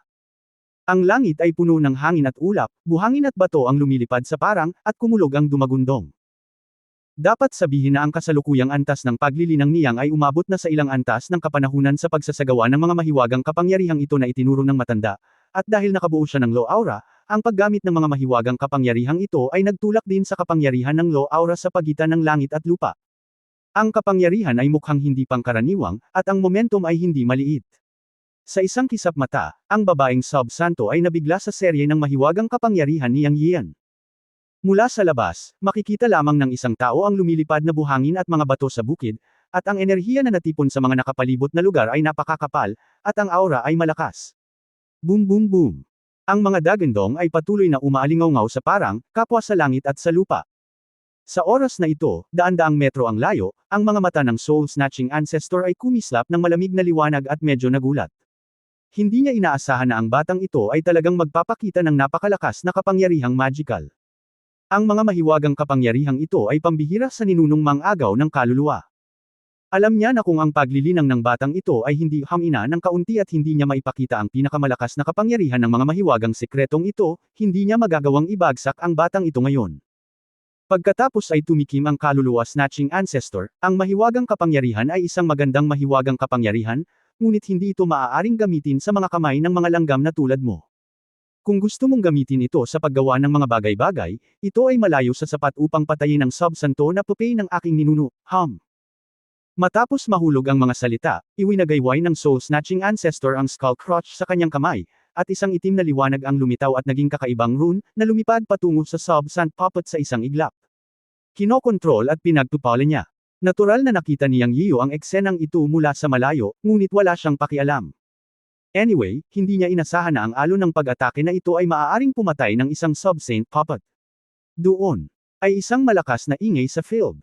Isang makapal na ulap ang tumaas.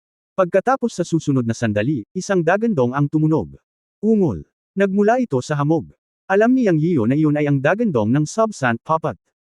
Maghahanda na sana siya para sa pangalawang pag-atake, ngunit may kakaibang liwanag na lumabas mula sa hamog. Mag-ingat ka. Malakas na paalala ng Magic Bird.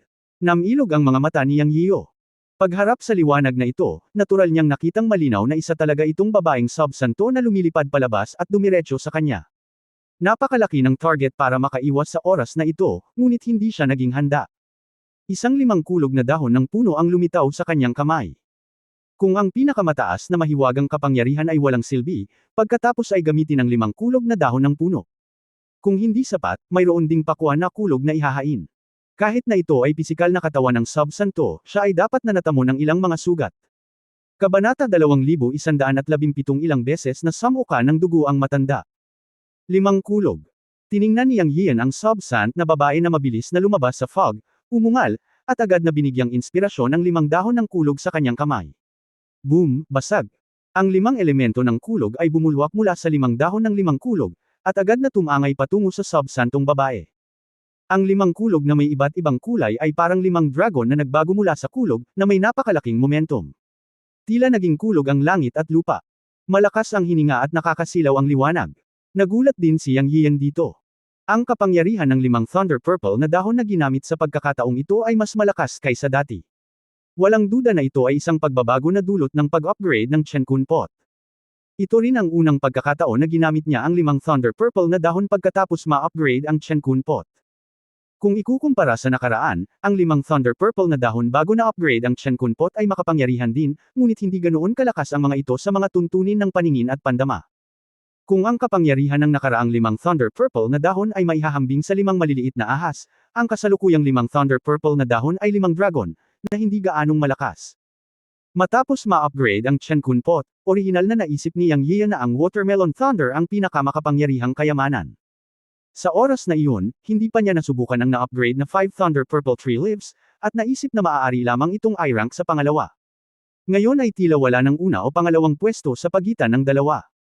Ang 5 Thunder Purple Tree Leaves ay parehong makapangyarihan. Sa ganitong paraan, mas kumpiyansa si Yang Yian.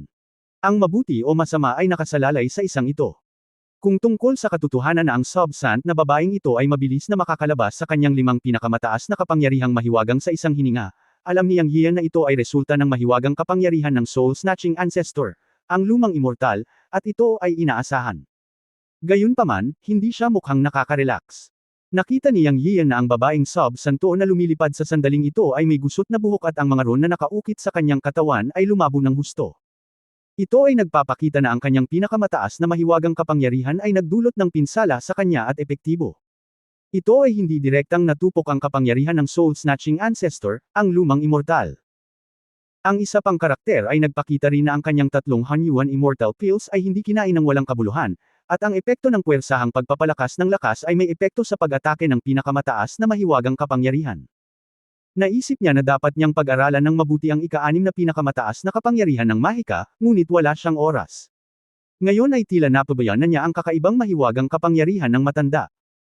Ang pinakamataas na mahiwagang kapangyarihan ay may 12 pangunahing galaw, at ang bawat mahiwagang kapangyarihan ay mas malakas kaysa sa isa. Ang 5 mahiwagang kapangyarihan na natutunan niya ngayon ay sapat na para sa kanyang paglilinang, ngunit mayroon pa ring 7 na hindi niya natutunan at naintindihan ng lubusan. Simula sa ika-6 na mahiwagang kapangyarihan ay isang malaking watershed. Naniniwala si Yang Yiyo na pagkatapos niyang maunawaan at matutunan ang ika-6 na pinakamataas na mahiwagang kapangyarihan, ito ay magiging isang malaking lukso at pagpapabuti ng lakas. Binugbog niya ang katawan ng sinaunang sub-sage at gulo-gulo ang buhok na sapat na upang ipakita ang kapangyarihan ng mahiwagang kapangyarihan ng matanda. Siya ay hindi maipaliwanag na puno ng mga inaasahan para sa ika-6 na mahiwagang kapangyarihan. Sa sandaling ito, 5 kulog ang sumabog sa harap ng babaeng sub-sage, naging 5 dragon at patungo sa kanya. Ang katawan ng Dharma ni Yang Yiyo ay 100 metro ang haba, na nakatayo sa pagitan ng langit at lupa. Mula sa malayo, kitang-kita niya ang pagbabago sa mukha ng nakakabighaning kaluluwa sa sandaling ito. Sa wakas ay sumimangot ang matandang immortal. Ito rin ay nagpapakita na ang kanyang pag-atake sa 5 kulog na lilang dahon ay nagpadama ng kapangyarihan sa walang kamatayang matandang ninuno. Sa totoo lang, si Yang Yiyan ay puno rin ng mga inaasahan para sa kapangyarihan ng na-upgrade na 5 Thunder Purple Leaves. Ito rin ang unang pagkakataon na ginamit niya ang 5 Thunder Leaves pagkatapos ng ebolusyon. I wonder kung kaya bang patayin ng 5 Thunders itong puppet ng laman ng Sub-Sant. Kung ito ay maaaring patayin, iyon ay ang pinakamahusay. Kung hindi ito mapatay, hindi mahalaga. Tiwala na siya ngayon na kakayanin niya ito ng mahinahon. Sa pag-iisip tungkol dito, lumitaw ang Yellow Spring Blood Coffin at handang umatake anumang oras. Boom, basag. Ang kulog na nanginginig sa lupa ay sa wakas ay sumabog sa Sub-Saint Puppet. Umuungol.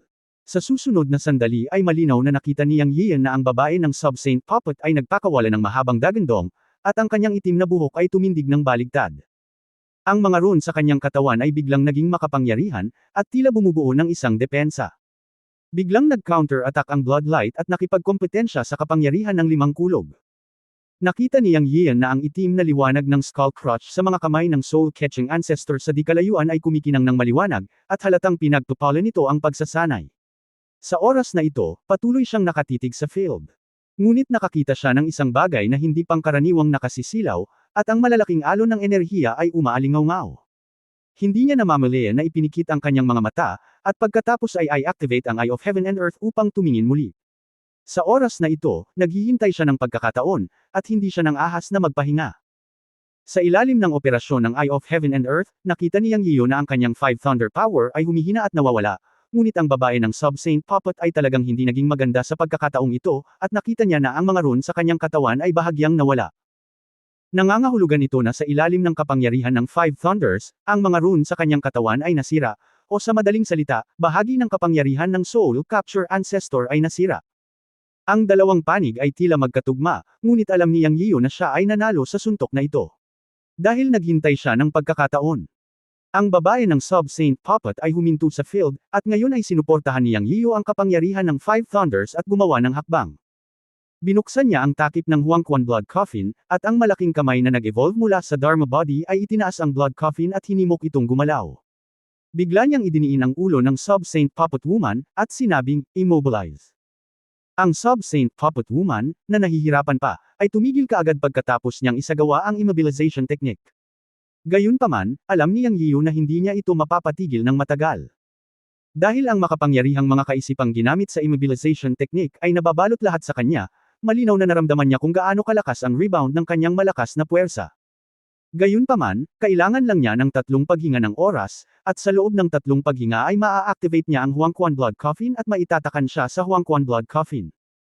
Sa sandaling ito, ang kabaong ng dugo ay naisaaktibo gamit ang isang kamay, at ang pasukan ng kabaong ay puspusan, na nakatutok sa babae ng Sub-Sage Puppet, at ang liwanag ng dugo ay agad na bumalot sa kanya.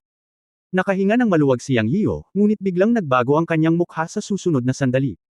Dahil nakarinig siya ng dagandong, hoy! Mula sa tinig ng kaluluwa ni Nuno. Ang isang salita tulad ng ilang uri ng mahiwagang mantra ay naging dahilan upang hindi mapigil ang kanyang immobilization technique. Ang oras ay 1.5 paghinga lamang, hindi sapat. Sa oras na ito, ang ubod ng immobilization technique ay ang kanyang pag-iisip ng kaluluwa, at malalim ang kanyang pakiramdam. Kung hahayaan niyang makawala ang immobilization technique sa sandaling ito, magiging walang saysay ang ginawa niya noon. Talagang hindi. Umiling si Yang Yiyo, i-immobilize mo ito para sa akin. Sa isang hysterical na dagandong, iniluwa niya ang isang subaw ng dugo, at biglang nadagdagan ang kapangyarihan ng kanyang kaluluwa, at sa wakas ay pinatatag ito. Ang Yellow Spring Blood Coffin sa kanyang kamay ay muling nagpalakas. Buzz! Ang Yellow Spring Blood Coffin ay umungal, at ang dugong masamang espiritu ay lumundag. Ang mga ron ng kabaong ng dugo na sumambulat ay tuluyang nilamon ng Sub-Saint Puppet na babae. Sa susunod na sandali, nagkaroon ng mapurol na putok, at natuwa si Yang Yiyo. Ginawa ito. Matagumpay niyang nailagay ang Sub-Saint Puppet na babae sa Yellow Spring Blood Coffin, at isinara ang takip ng kabaong gamit ang isang pitik ng kanyang kamay. Seal. Bang! Sa isang malakas na putok, isinara ang takip ng kabaong. Sa isang iglap, ang mahirap na sinaunang Sub-Saint na puppet na ito na umabot na sa tuktok ng pagdadalisay ng katawan ay inilagay sa kabaong ng dugo. Sa malayo, puff! Ang ninuno na nakakaakit ng kaluluwa ay dumura ng isang subo ng lumang dugo, at tuluyan na siyang nawala ng contact sa Sub-Saint Puppet. Sa sandaling ito, tinitingnan si Yang Yiyan, na ang imahe ng Dharma ay napakalaki, ang Soul Capture Ancestor ay may malungkot na mukha, ngunit siya ay biglang umungal, Soul Capture Great Method, sa ilalim ng Dharma, kaluluwa ay bumalik. Bumalik sa akin. Kinagat ng matanda ang kanyang mga ngipin at ginawa ang pamamaraan. Ang bungo na tungkod ay humuhuni at ipinasok sa lupa sa harap niya. Gumawa siya ng mga selyo gamit ang kanyang mga kamay, nag-spray ng isang subaw ng dugo sa bungo, at umawit ng mga hindi malinaw na tala. Sa kabilang panig, naramdaman ni Yang Yiyan na may mali. Ang mga daluyan ng dugo ng Yellow Spring sa kanyang kamay ay talagang dumagundong at nanginginig, na parabang ang Sub-Saint Puppet na babae sa loob ay malapit ng makalaya anumang oras. Inalis niya ang imahe ng Dharma at bumalik sa kanyang normal na katawan ng tao. Mabilis niyang sinampal ang kabaong ng dugo upang sugpuin ito, ngunit ang kabaong ng dugo ng Yellow Spring ay nanginginig pa rin ng malakas. Sa oras na ito, medyo nag-aalala siya. Matagal itong nailagay, ngunit hindi siya dapat magmadaling lumabas. Habang siya ay nag-aalala, narinig niya ang Diyos at demonyong ibon na nagsabi, "Huwag kang mag-alala, bata." Ang Yellow Spring Blood Coffin ay hindi isang ordinaryong kayamanan. Ang matanda ay halatang balisa at tinatawag ito ng dugo. Gusto niyang makalaya ang Sub-Saint Puppet mula sa kabaong ng dugo, ngunit hindi ito ganoon kadali. Maaari mong sugpuin ang kabaong ng dugo ng ganito sa kunpang. Narinig ni Yang Yiyan na nag-uusap ang Diyos at Demon Bird, at wala siyang oras para isipin iyon. Agad niyang inilabas ang itlog ng kunpang at pinaandar ito.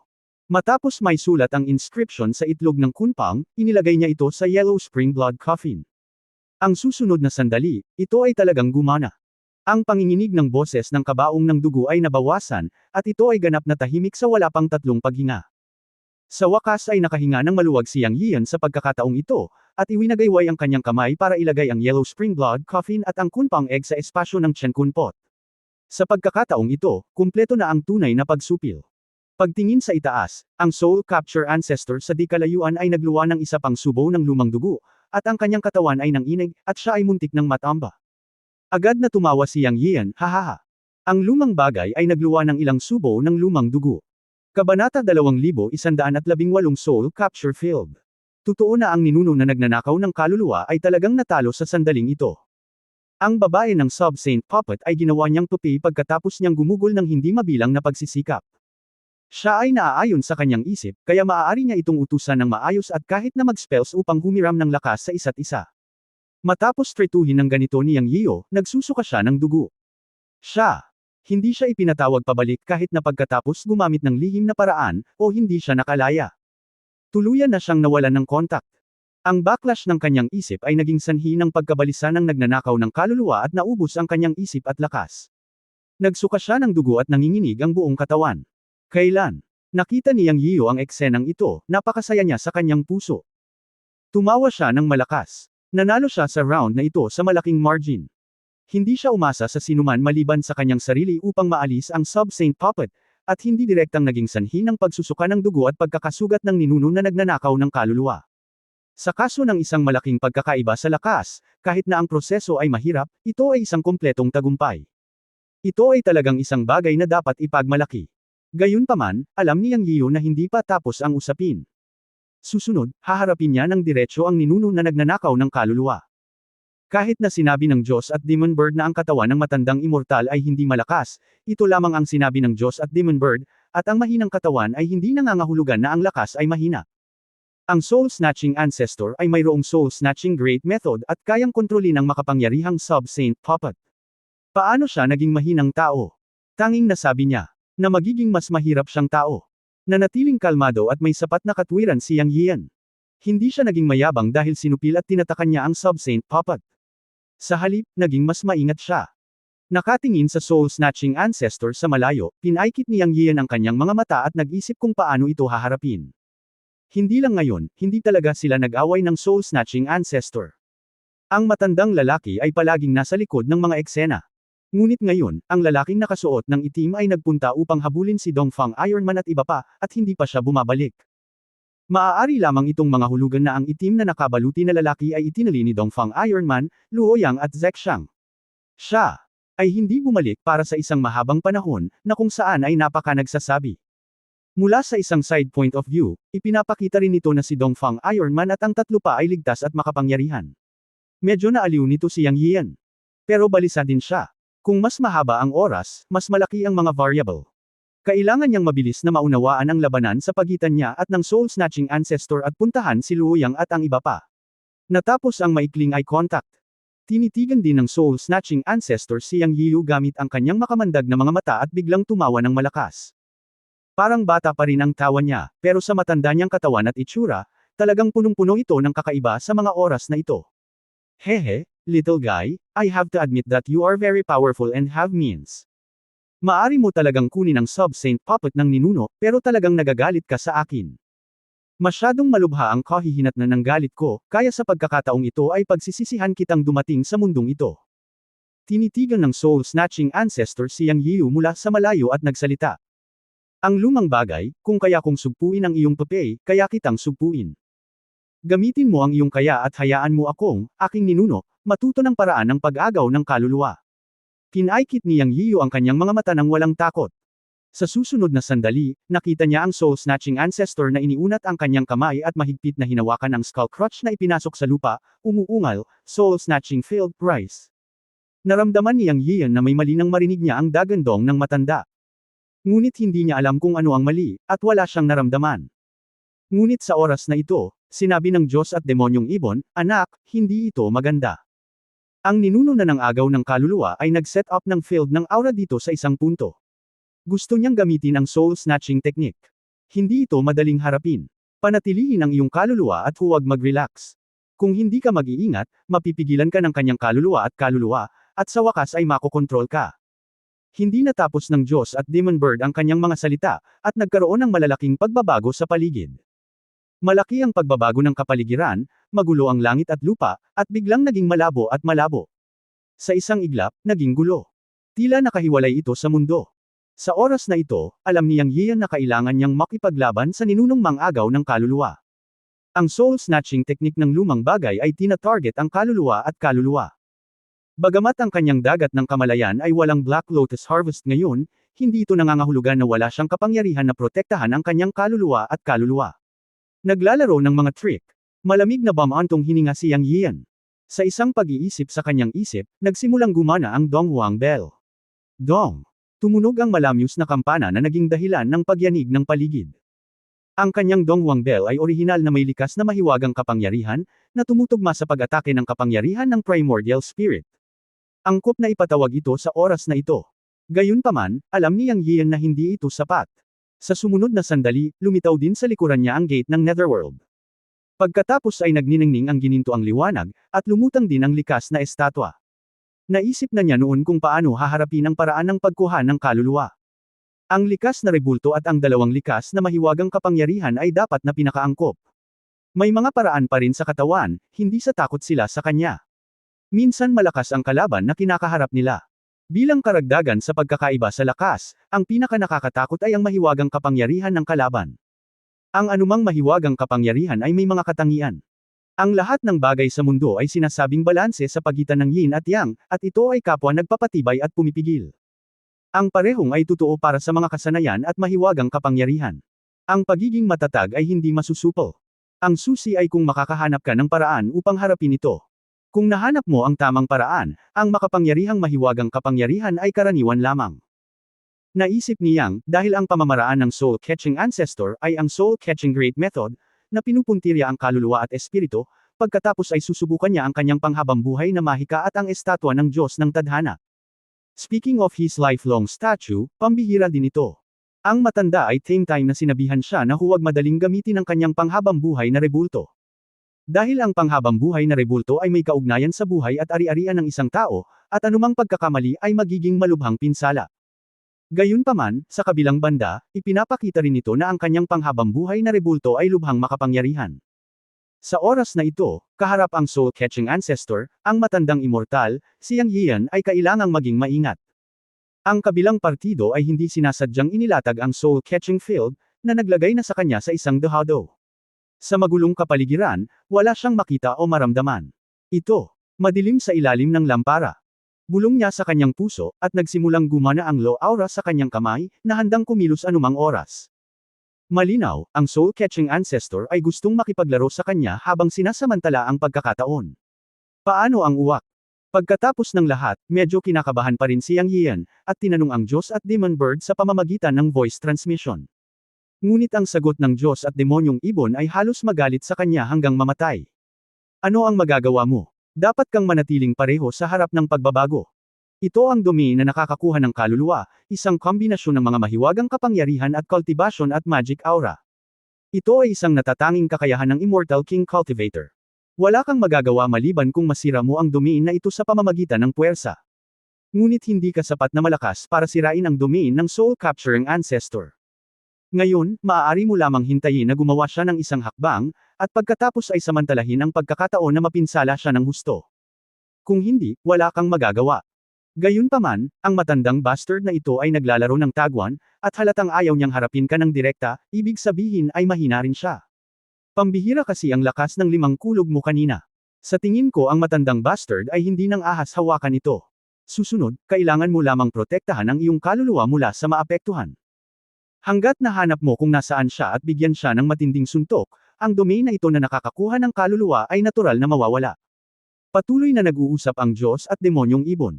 Ngunit inilibot ni Yang Yiyo ang kanyang mga mata, sinabing ito ay walang silbi. Dahil ayaw siyang harapin ng soul-capturing ancestor, paano siya madaling magpakita? Bukod sa sabay-sabay na ubos ang mga dahon ng 5 Thunder Purple Tree. Aabutin ng 1 taon para muling lumitaw ang 5 Thunder Purple Tree.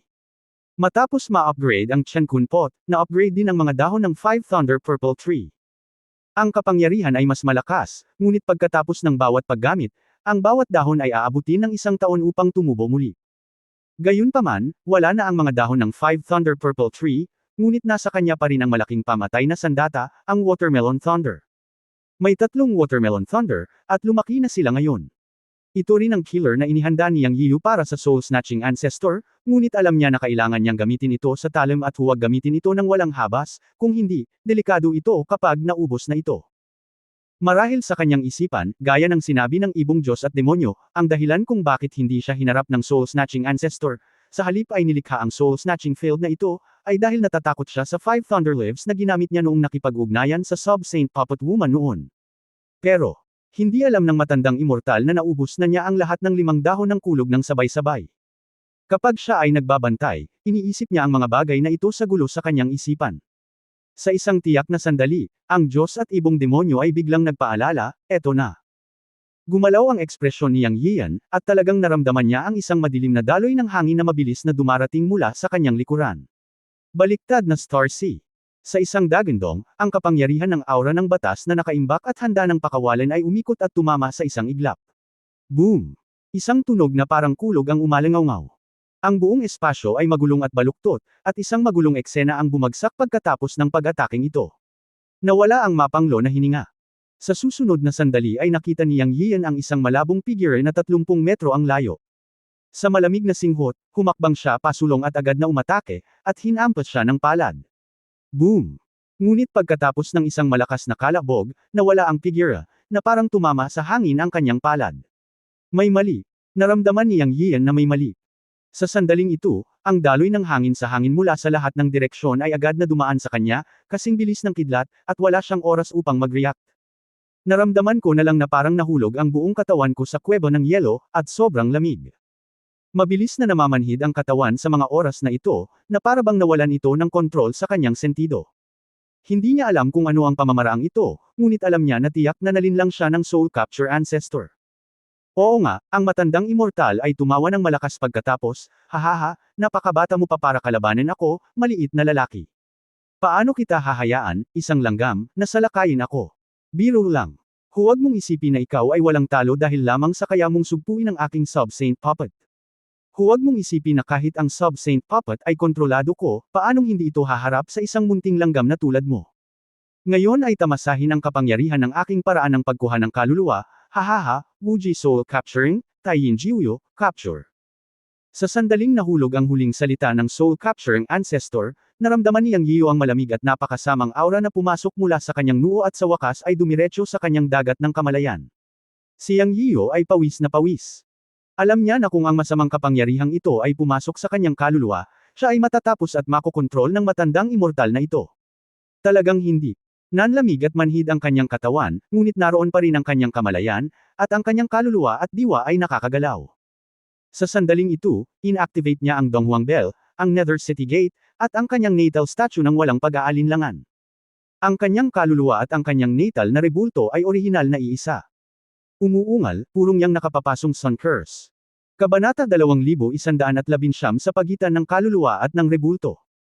Ang Primordial Spirit at ang statue sinabi ng matanda na ang Pure Yang Scorching Sun Curse ay isinaaktibo ng natal statue, at ito ay puno ng mga misteryo. Sa oras na ito, walang pakialam si Yang Yian sa anumang bagay, kaya nagpasya siyang subukan ito. Anyway, hindi niya kayang hayaan ang kapangyarihan ng Soul Snatching. Ang ninuno ay pumasok sa kanyang Primordial Spirit. Ang Pure Yang Scorching Sun Curse ang pinakaangkop na harapin ng kapangyarihan ng Soul Snatching Ancestor, na siyang kapangyarihan din ng Primordial Spirit. Ngunit matapos ang Pure Yang Scorching Sun Curse ay kantahin ng natal statue, ang kanyang natal spirit ay biglang nagmulat ng kanyang mga mata, at ang mga roon ay lumabas sa kanyang bibig isa-isa, malabo at misteryoso. Ang buong katawan ay nagniningning na may gintong liwanag sa loob at labas. Lalong kumikinang, tulad ng araw, na sumisikat sa liwanag. At sa sandaling ito, naramdaman din ni Yang Yian na may makapangyarihan at walang kapantay na aura na nagmumula sa natal statue. Bago ito, hindi pa siya nakakaramdam ng ganoong aura. Siyempre, ang kanyang sariling estatwa ng kapanganakan ay palaging nakatago sa malalim na bahagi ng Daoyuan, at bihira niya itong gamitin at hindi ito binigyang pansin. Ngunit ngayon ay medyo naiiba. Tila may ilang uri ng dagandong sa pagitan ng Yuan Shen at ng natal statue. Ito ay isang kakaiba ngunit makatwirang pakiramdam, na parabang ang Yuan Shen at ang natal na rebulto ay orihinal na iisa. Hindi ko alam kung ito ay isang ilusyon, ngunit naramdaman ko na pagkatapos imulat ni Yuan Shen ang kanyang mga mata, hinimok niya ang natal statue na kantahin ng Scorching Sun Curse, at nagkaroon ng pakiramdam ng induction sa pagitan ng dalawa. Ito ay mahiwagang sabihin. At mayroon siyang malakas na kamalayan na ang natal statue at ang Yuan Shen ay dapat pagsamahin. Ang natal statue ay iba sa Donghuang Bell at ang Gate of the Nether City.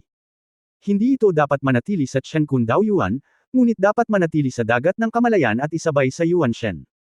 Ito ang tamang paraan. Siyempre, ang pakiramdam ni Yang Yian ay isang malakas na ideya lamang. Kung ito ay magagawa o hindi, malalaman mo kung sinubukan mo ito. Ngunit sa sandaling ito, ginamit niya ang natal statue para i-activate ang Pure Yang Scorching Sun Curse, ngunit may papel na ito. Sa ilalim ng kumikinang na libu-libong makinang na ilaw, malinaw niyang nararamdaman na isang malaking pagbabago ang naganap. Inatake siya ng Soul Capture Ancestor, at isang daloy ng masamang enerhiya ang dumiretso sa kanyang dagat ng kamalayan at sumugod patungo sa Yuan Shen. Kinailangang aminin ni Yang Yian na ang mga pamamaraan ng lumang immortal ay talagang medyo kakaiba. Halimbawa, itong pagnanakaw ng kaluluwa at ang dati niyang pagkukunwari, hinabol niya siya ngunit nakulong sa forma sayon. 7 o 8 agos ng hangin ang bumalot sa kanyang katawan, dahilan upang hindi siya makagalaw, at ang dagat ng kanyang kamalayan ay sinalakay. Kung siya ay ibang tao, siya ay talagang isang bilanggo sa oras na ito, naghihintay na kontrolin ng ninuno na nagnanakaw ng kaluluwa. Ngunit sa kabutihang palad, si Yang Yian ay hindi madaling guluhin, at hindi katulad ng iba, ang kanyang kaluluwa ay mas malakas kaysa sa mga ordinaryong tao. Ito ang pundasyon, at mayroon siyang isang pambihirang estatwa ng natal, kakaibang panahon, at itinuro sa kanya ng matanda ang Pure Yang Sun Curse at ilang iba pang mahiwagang sekreto na partikular na ginamit upang labanan ang kaluluwa.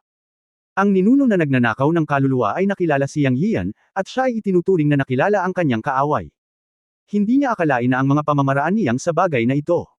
Kaya nangyari ang trahedya. Ang Pure Yang Scorching Sun Curse, kasama ang sobrang yang at malakas na kapangyarihan nito, ay binibigkas ng natal statue at isinaaktibo ng kapangyarihan ng kaluluwa. Partikular nitong pinuntirya ang masasamang espiritu. Ang mga masasamang espiritu na pumasok sa dagat ng kamalayan sa katawan ay malinaw na nakita ng kaluluwa ni Yang Yian pagkatapos niyang imulat ang kanyang mga mata. Sa isang iglap, ang diwa ng soul-snatching ancestor ay sumangga. Pagkatapos, libu-libong gininto ang ilaw ang sumabog mula sa loob hanggang sa labas, na naging isang banal na Diyos si Yang. Ang natal statue na lumulutang sa likod niya ay bumuo ng mga seal gamit ang dalawang kamay at umawit ng Pure Yang Scorching Sun Curse, na parang isang malabo at mahiwagang tunog mula sa langit. Sumambulat ito sa kanya bilang sentro. Ito ay naging mas malaki at mas malaki. Kung saan man umabot ang liwanag, nagsimulang gumuho ang magulong sitwasyon sa soul-snatching field. Isang masakit na sigaw ang tumunog sa isang iglap. Malinaw na naririnig ni Yang Yian na ang mga tinig na ito ay mga tinig ng soul-snatching ancestor. Napakasaya niya sa oras na ito. Hindi inaasahan na ang Pure Yang Scorching Sun Curse na ipinasa ng matanda at ang natal statue ay magkakaroon ng napakahimala na epekto sa sitwasyong ito. Sa isang iglap, ang masamang kapangyarihan na sinalakay ng soul-snatching ancestor sa kanyang dagat ng kamalayan ay direktang sumangga, at ang malamig na kapangyarihan sa kanyang katawan ay nawala din, at ang kanyang manhid na katawan ay bumalik sa normal. Sa sandaling ito, malaki ang kumpiyansa ni Yang Yian. Sa pagharap sa mga pamamaraan ng soul-snatching ancestor, alam niya kung paano ito haharapin. Sa katunayan, ang mga pamamaraan ng matandang immortal na ito ay makapangyarihan. Kung ordinaryong tao lang, matagal na siyang ibinaba. Ngunit sa kasamaang palad, si Yang Yian, ang nakatagpo sa kanya. Hindi lamang siya nagkaroon ng Pure Yang Scorching Sun Curse, isang lihim na pamamaraan na partikular na nagtatarget sa kaluluwa, ngunit mayroon din siyang basbas ng kanyang sariling estatwa. Tila ipinanganak siya upang pigilan ang ninunong mang-agaw ng kaluluwa. Ang lahat ng mga bagay ay magkakaugnay at nagpipigil sa isa't isa. Ang mga mahiwagang kapangyarihan ng mundo ay may mga katangian, kaya natural na magkakaroon ng mga paraan upang pigilan ang isa't isa. Mahirap lang silang makaharap sa mga ordinaryong panahon, ngunit ngayon ay nagkataon lang siya sa sandaling nakakilos siya, at direktang pinigilan ang ninunong mang-agaw ng kaluluwa. Nang marinig ang mga sigaw ng soul-snatching ancestor, si Yang Yian ay lihim na natuwa, at pinalakas niya ang paghimok ng kapangyarihan ng primordial spirit, na nagpapahintulot sa maliwanag na gininto ang liwanag ng rebulto na muling kumalat. Ang natal statue ay hindi huminto sa pag-awit ng Pure Yang Scorching Sun Curse, at patuloy na nagbitaw ng hindi malinaw at mahiwagang mga tala. Alam ni Yang na kung magpapatuloy siya sa bilis na ito, hindi magtatagal na bumagsak ang soul-snatching ancestor soul-snatching domain. Saan man dumaan ang gininto ang liwanag, ang magulong ulap ay mabilis na bumagsak, na nagpapakita ng tunay nitong anyo. Sa oras na ito, malinaw na naramdaman ni Yang Yiu ang lokasyon ng soul-snatching ancestor. Ang matandang immortal na ito ay 100 metro sa likuran niya. Na may ngiti sa kanyang mga labi, umungal si Yang, buksan. Ang kapangyarihan ng kaluluwa ay sumambulat kaagad. Boom! Pagkatapos ng malakas na ingay, biglang sumilaw ang gininto ang liwanag saan man dumaan ang rebulto ng natal god, at sa sumunod na sandali ay nawala ang buong kaguluhan. O masasabing ganap na gumuho at naglaho ang domain na nakakaakit ng kaluluwa na inilatag ng soul-catching ancestor. Sure enough, nakatayo pa rin siya sa iisang lugar. 100 metro lang sa likuran niya ang soul-catching ancestor. Sa sandaling ito, lumingon si Yang Yian at malinaw na nakita ito. Nakita ni Yang Yian ang soul-catching ancestor, at natural na nakita ng soul-catching ancestor si Yang Yian na lumingon at tumingin sa kanya. Ang domain na nakakaakit ng kaluluwa ay nasira, at ang mukha ng matanda ay sobrang pangit, na may dugo sa mga sulok ng kanyang bibig at mga pulang mata, ngunit sa sandaling ito, ang dugo ay umaagos mula sa lahat ng 7 butas. Hindi niya inaasahan na ang pinagmamalaki niyang domain na nakakaakit ng kaluluwa ay masisira ng isang junior na tulad nito. Higit pa rito, ang gininto ang liwanag na puno ng kapangyarihan, ang mahiwagang mga notes sa musika, at ang tunog ng sinaunang kampana ay nakatutok lahat sa kanyang kapangyarihang nakakaakit ng kaluluwa. Ito ay isang natural na kaaway lamang. At ang pinaka-nakakatakot sa soul-snatching ancestor ay ang multo na lumilitaw sa likod ng batang iyon. Natural na nakikita ng soul-snatching ancestor kung ano ang kinakatawan nito. Yan ang natal object. Ang lahat ng mga magsasaka sa mundo ay may mga natal na bagay, tulad ng pagkakatawang tao ng aura ng batas, o ang araw, buwan, mga bituin sa langit, o mga kagamitan, at iba pa. Ngunit hindi pa niya nakita o narinig ang sinuman na ang bagay na natal ay talagang kanya. Ang multo na tao ay hindi isang imahe ng Dharma, iyon ang tunay na bagay sa kapanganakan. Ang natal object ng batang iyon ay ang kanyang sarili. Bilang isang matandang halimaw na nagsanay ng Taoismo sa loob ng hindi mabilang na mga taon, alam niya kung ano ang kinakatawan nito pagkatapos mag-isip ng mabuti. Ang natal object ay ang kanyang sarili, iyon ay ang celestial phenomenon ng pagkakaisa ng lahat ng mga paraan, ang paraan ng paglilinang, lahat ay maaaring inspirasyon at pinagsama. Napaka-freak talaga. Sa madaling salita, medyo nanghina ang soul-snatching ancestor sa sandaling ito. Ngunit isipin mo ito, ang batang ito ay isa lamang immortal na hari kung tutuusin. Gaano man karaming paraan at mahiwagang kapangyarihan ang mayroon siya, ang kanyang kaharian ay hindi mataas, at ang kapangyarihan na maaari niyang gawin ay limitado. Kung ang gayong tao ay pinakawalan ngayon, siya ay magiging isang tunay na sakuna sa hinaharap, at siya ay dapat na maalis. Sa pag-iisip nito, ang soul-catching ancestor ay nagngangalit ang kanyang mga ngipin at biglang dumura ng isang subo ng dugo sa skeleton cane. Puff! Ang skeleton cane ay nanginginig ng husto, at pagkatapos ay itinaas ng soul-catching ancestor ang kanyang ulo at umungal, soul-catching great method, heavenly punishment, roar! Sa isang dagandong, dumagundong ang kulog sa kalangitan, at ang mga madilim na ulap ay nabuo sa isang iglap. Sa ilalim ng lumiligid na madilim na ulap, biglang itinaas ng soul-catching ancestor ang skeleton cane sa kanyang kamay at itinutok ito sa napakalaking madilim na ulap sa kalangitan, at muling umungol, soul-catching three realms, heavenly evil, calm. Boom, crack. Tumingin si Yang Yiyo at nakita niya na ang madilim na ulap sa kalangitan ay naging isang halimaw sa paggulong. Sa ilalim ng dagandong ng soul-catching ancestor, isang pares ng malalaking mata ang biglang lumitaw at tumitig sa kanya. Sa sandaling ito, naramdaman ni Yang Yiyo na siya ay nakalock. Ngunit hindi siya natakot, dahil naramdaman niya na ang kapangyarihan na ginagawa pa rin ng matanda ay masamang kapangyarihan, matandang walang kamatayan, oras na para lumaban ako. Bumulong si Yang Yiyo sa kanyang sarili, at sa susunod na sandali ay dahan-dahan niyang ibinuka ang kanyang bibig, ang daan ng langit ay malinaw, ang daan ng batas ay nasa harapan, may espiritong tumatawag, lahat ng bagay sa looban na ito, nagiging mga dragon sa mga espiritu. Ang 8 direksyon at 6 na direksyon, ay ang mga dragon ng langit, ang 8 dibisyon ng mga dragon, ang mga dragon ay umaatungal sa kalangitan, ang 3 dragon ay umuungal sa kalangitan, pababa sa lupa masyadong malinaw. Kabanata 2120, walang katapusang mahiwagang kapangyarihan. Inilabas ni Yang Yiyan ang 8 Heavenly Dragon Scriptures sa pagkakataong ito. Itinuro ito sa kanya nang pumunta siya sa Daoist Temple ni Master Chanji para harapin ang paglalaro ng gukon ng banal na emperador na si Jiang.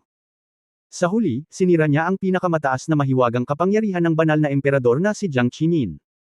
Sa pagsasalita tungkol dito, isa-isa niyang sinira ang 3 guardian gods ng tubig, bangkay at banal na emperador na si Jiang, at nakakuha din ng 3 divine beads. Sa kasamaang palad, nang pumasok siya sa Daoist Temple ni Master Chanji, ginamit niya ang mga ito para buksan ang pinto. Ang 3 banal na kwintas ay 3 susi, kung hindi man ay magagamit ang mga ito ngayon.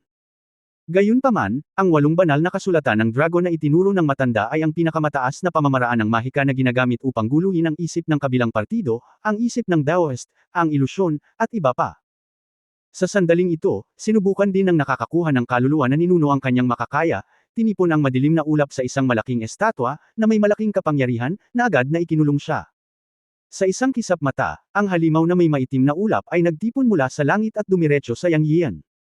Kinanta ni Yang Yiyan ang 8 Heavenly Dragon Scriptures kasama ang kanyang natal statue. 3,000 salita lamang iyon, at bawat salita ay isang tunay na salita. Kinain ng bawat pangungusap ang malaking mana at kapangyarihan ng kaluluwa sa kanyang katawan. Habang kumakanta ay nababalot ng pawis ang noo at basang-basa ang likod ng malamig na pawis. Sa huling sandali, nanginginig ang kanyang katawan at nagngangalit ang kanyang mga ngipin upang magpumilit. Ito ay 3,000 salita lamang ng totoong salita. Si Yang Yiyan ay nasa parehong sitwasyon noong sinubukan niya ito sa unang pagkakataon. Ito ay pareho pa rin ngayon, ngunit ang kapangyarihan ay natural na naiiba.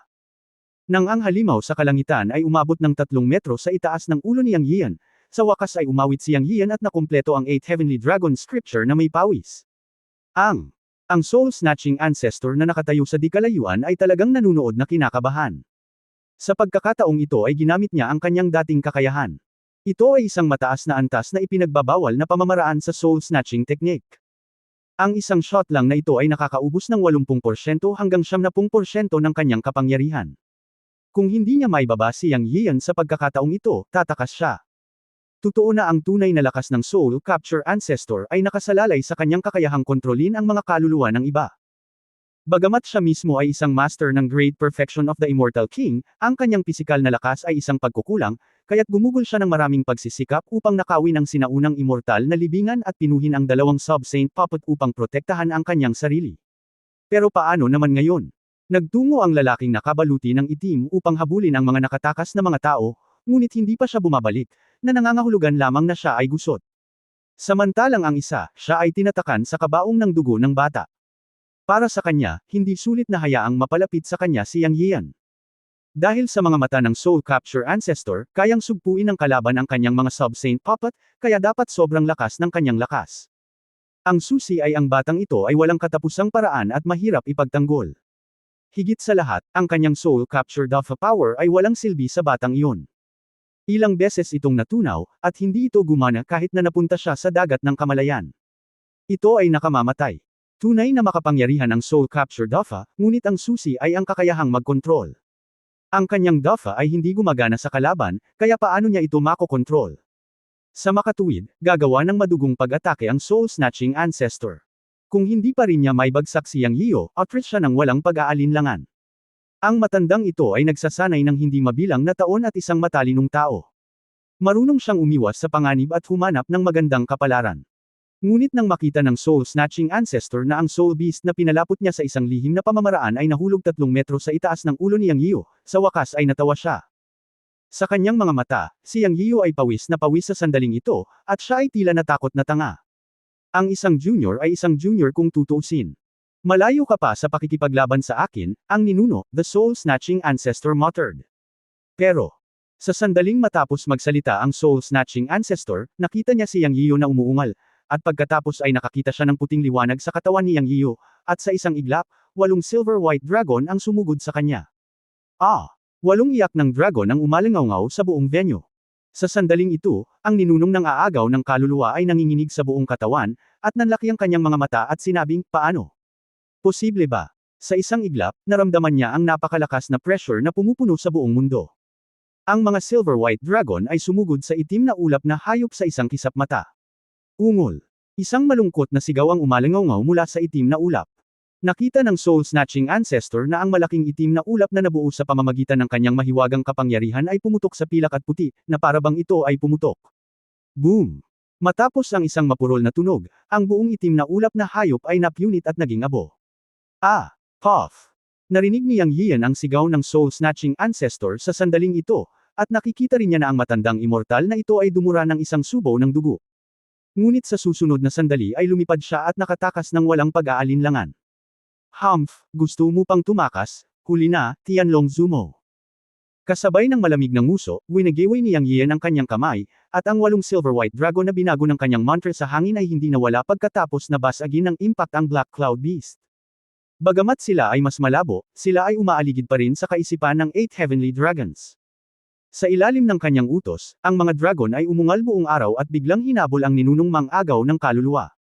Nang sa wakas ay nakakuha na ng kapangyarihan, hindi pinabayaan ni Yang Yian ang Soul Snatching Ancestor na pumunta ng ganoon kadali. Para naman sa Soul Snatching Ancestor, hindi niya inaasahan na magiging napakahirap pakitunguhan ni Yang Yian, sa napakaraming mataas na antas ng mahiwagang kapangyarihan, sunod-sunod.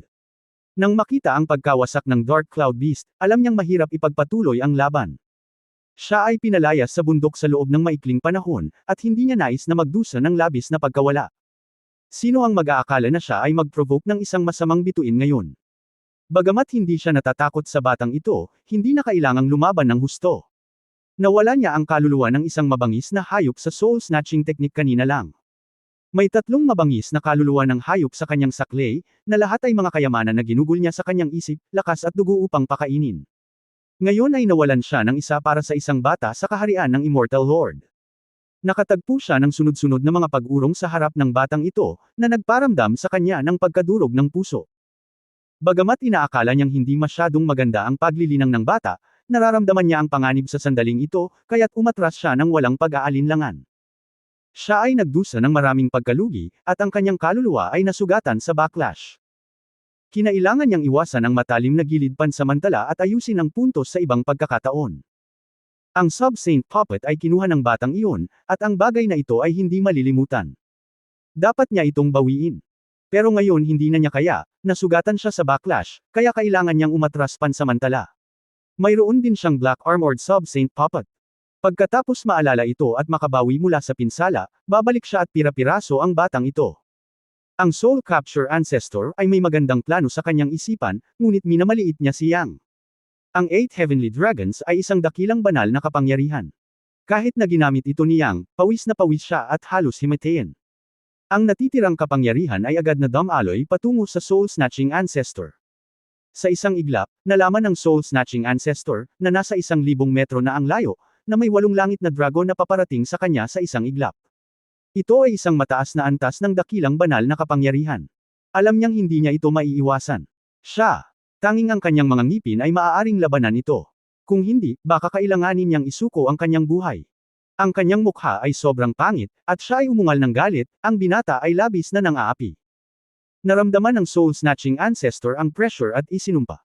Bigla niyang ginalaw ang kanyang daliri at itinuro ang tungkod ng bungo sa kanyang kamay, at umungal, pag-agaw ng kaluluwa, kambal na kasamaan sa lupa at langit, bumangon ka. Umugang ang huling salita, at itinaas ng soul-snatching ancestor ang tungkod ng bungo sa 8 heavenly dragons na lumilipad sa likod niya. Sa susunod na sandali, ang tungkod ay sumabog sa itim na liwanag. Ungol. Aw! Pagkatapos ay lumitaw ang dalawang mabangis na kaluluwa ng demonyo sa malaki at malawak na itim na liwanag. Sila talaga ang mga masasamang kaluluwa na pinalaki ng soul-snatching ancestor sa tungkod. Ang isa ay parang leon, at ang isa naman ay parang malaking ahas. Siya umungal ng mabangis at sumugod patungo sa 8 dragon, at ang kanyang laki ay tumaas ng ilang beses. Ito ay mukhang higit sa 100 metro, habang ang 8 dragon ni Yang Yian ay higit sa 10 metro lamang ang laki. Ang parehong mga hayop ay napakalakas. Sa isang kisap mata, ang magkabilang panig ay naglaban, at nagkaroon ng patuloy na dagandong sa itaas ng langit. Nang lumipad si Yang Yian, tapos na ang labanan. Ang parang leon na hayop na pinakawalan ng soul-snatching ancestor ay naglaho, habang ang malaking ahas ay naroon pa, ngunit ang katawan nito ay mas malabo. Tulad ng para sa kanyang 8 dragon, sila ay ganap na naglaho. Ito ay isang mahiwagang kasanayan, hindi isang tunay na dragon, kaya normal na mawala. Gayunpaman, ang malaking ahas na pinakawalan ng soul-snatching ancestor ay ang kaluluwa ng isang tunay na hayop. Ang isa ay pinatay ng dragon, at ang natitira ay isang banta sa kanya. Ngunit nang makita ni Yang Yian ang nahihiyang hitsura ng soul-snatching ancestor, tumawa siya. Malinaw na malaking halaga para sa matandang immortal na ito na palayain ang mga kaluluwa ng dalawang halimaw. Parang nanginginig ang katawan niya. Sa katunayan, hindi rin maganda ang pakiramdam ni Yang Yian. Halos maubos na siya. Sa oras na ito, nakita ng soul-catching ancestor si Yang Yian na hinahabol siya, at iwinagayway ang kanyang skull cane para ipatawag ang malaking ahas sa kanyang tagiliran. Bagamat alam ni Yang Yian na ang 100-meter-long snake ay kaluluwa ng isang mabangis na hayop, hindi ito dapat maliitin. Ang katawan nito ay naglabas ng marahas at primitive na aura. Lunukan mo siya. Ikan-away ng soul-catching ancestor ang kanyang tungkod. Sa susunod na sandali, lumangoy ang malaking ahas patungo kay Yang Yian. End of this chapter. Abangan ang susunod na kabanata, at please like, share and subscribe.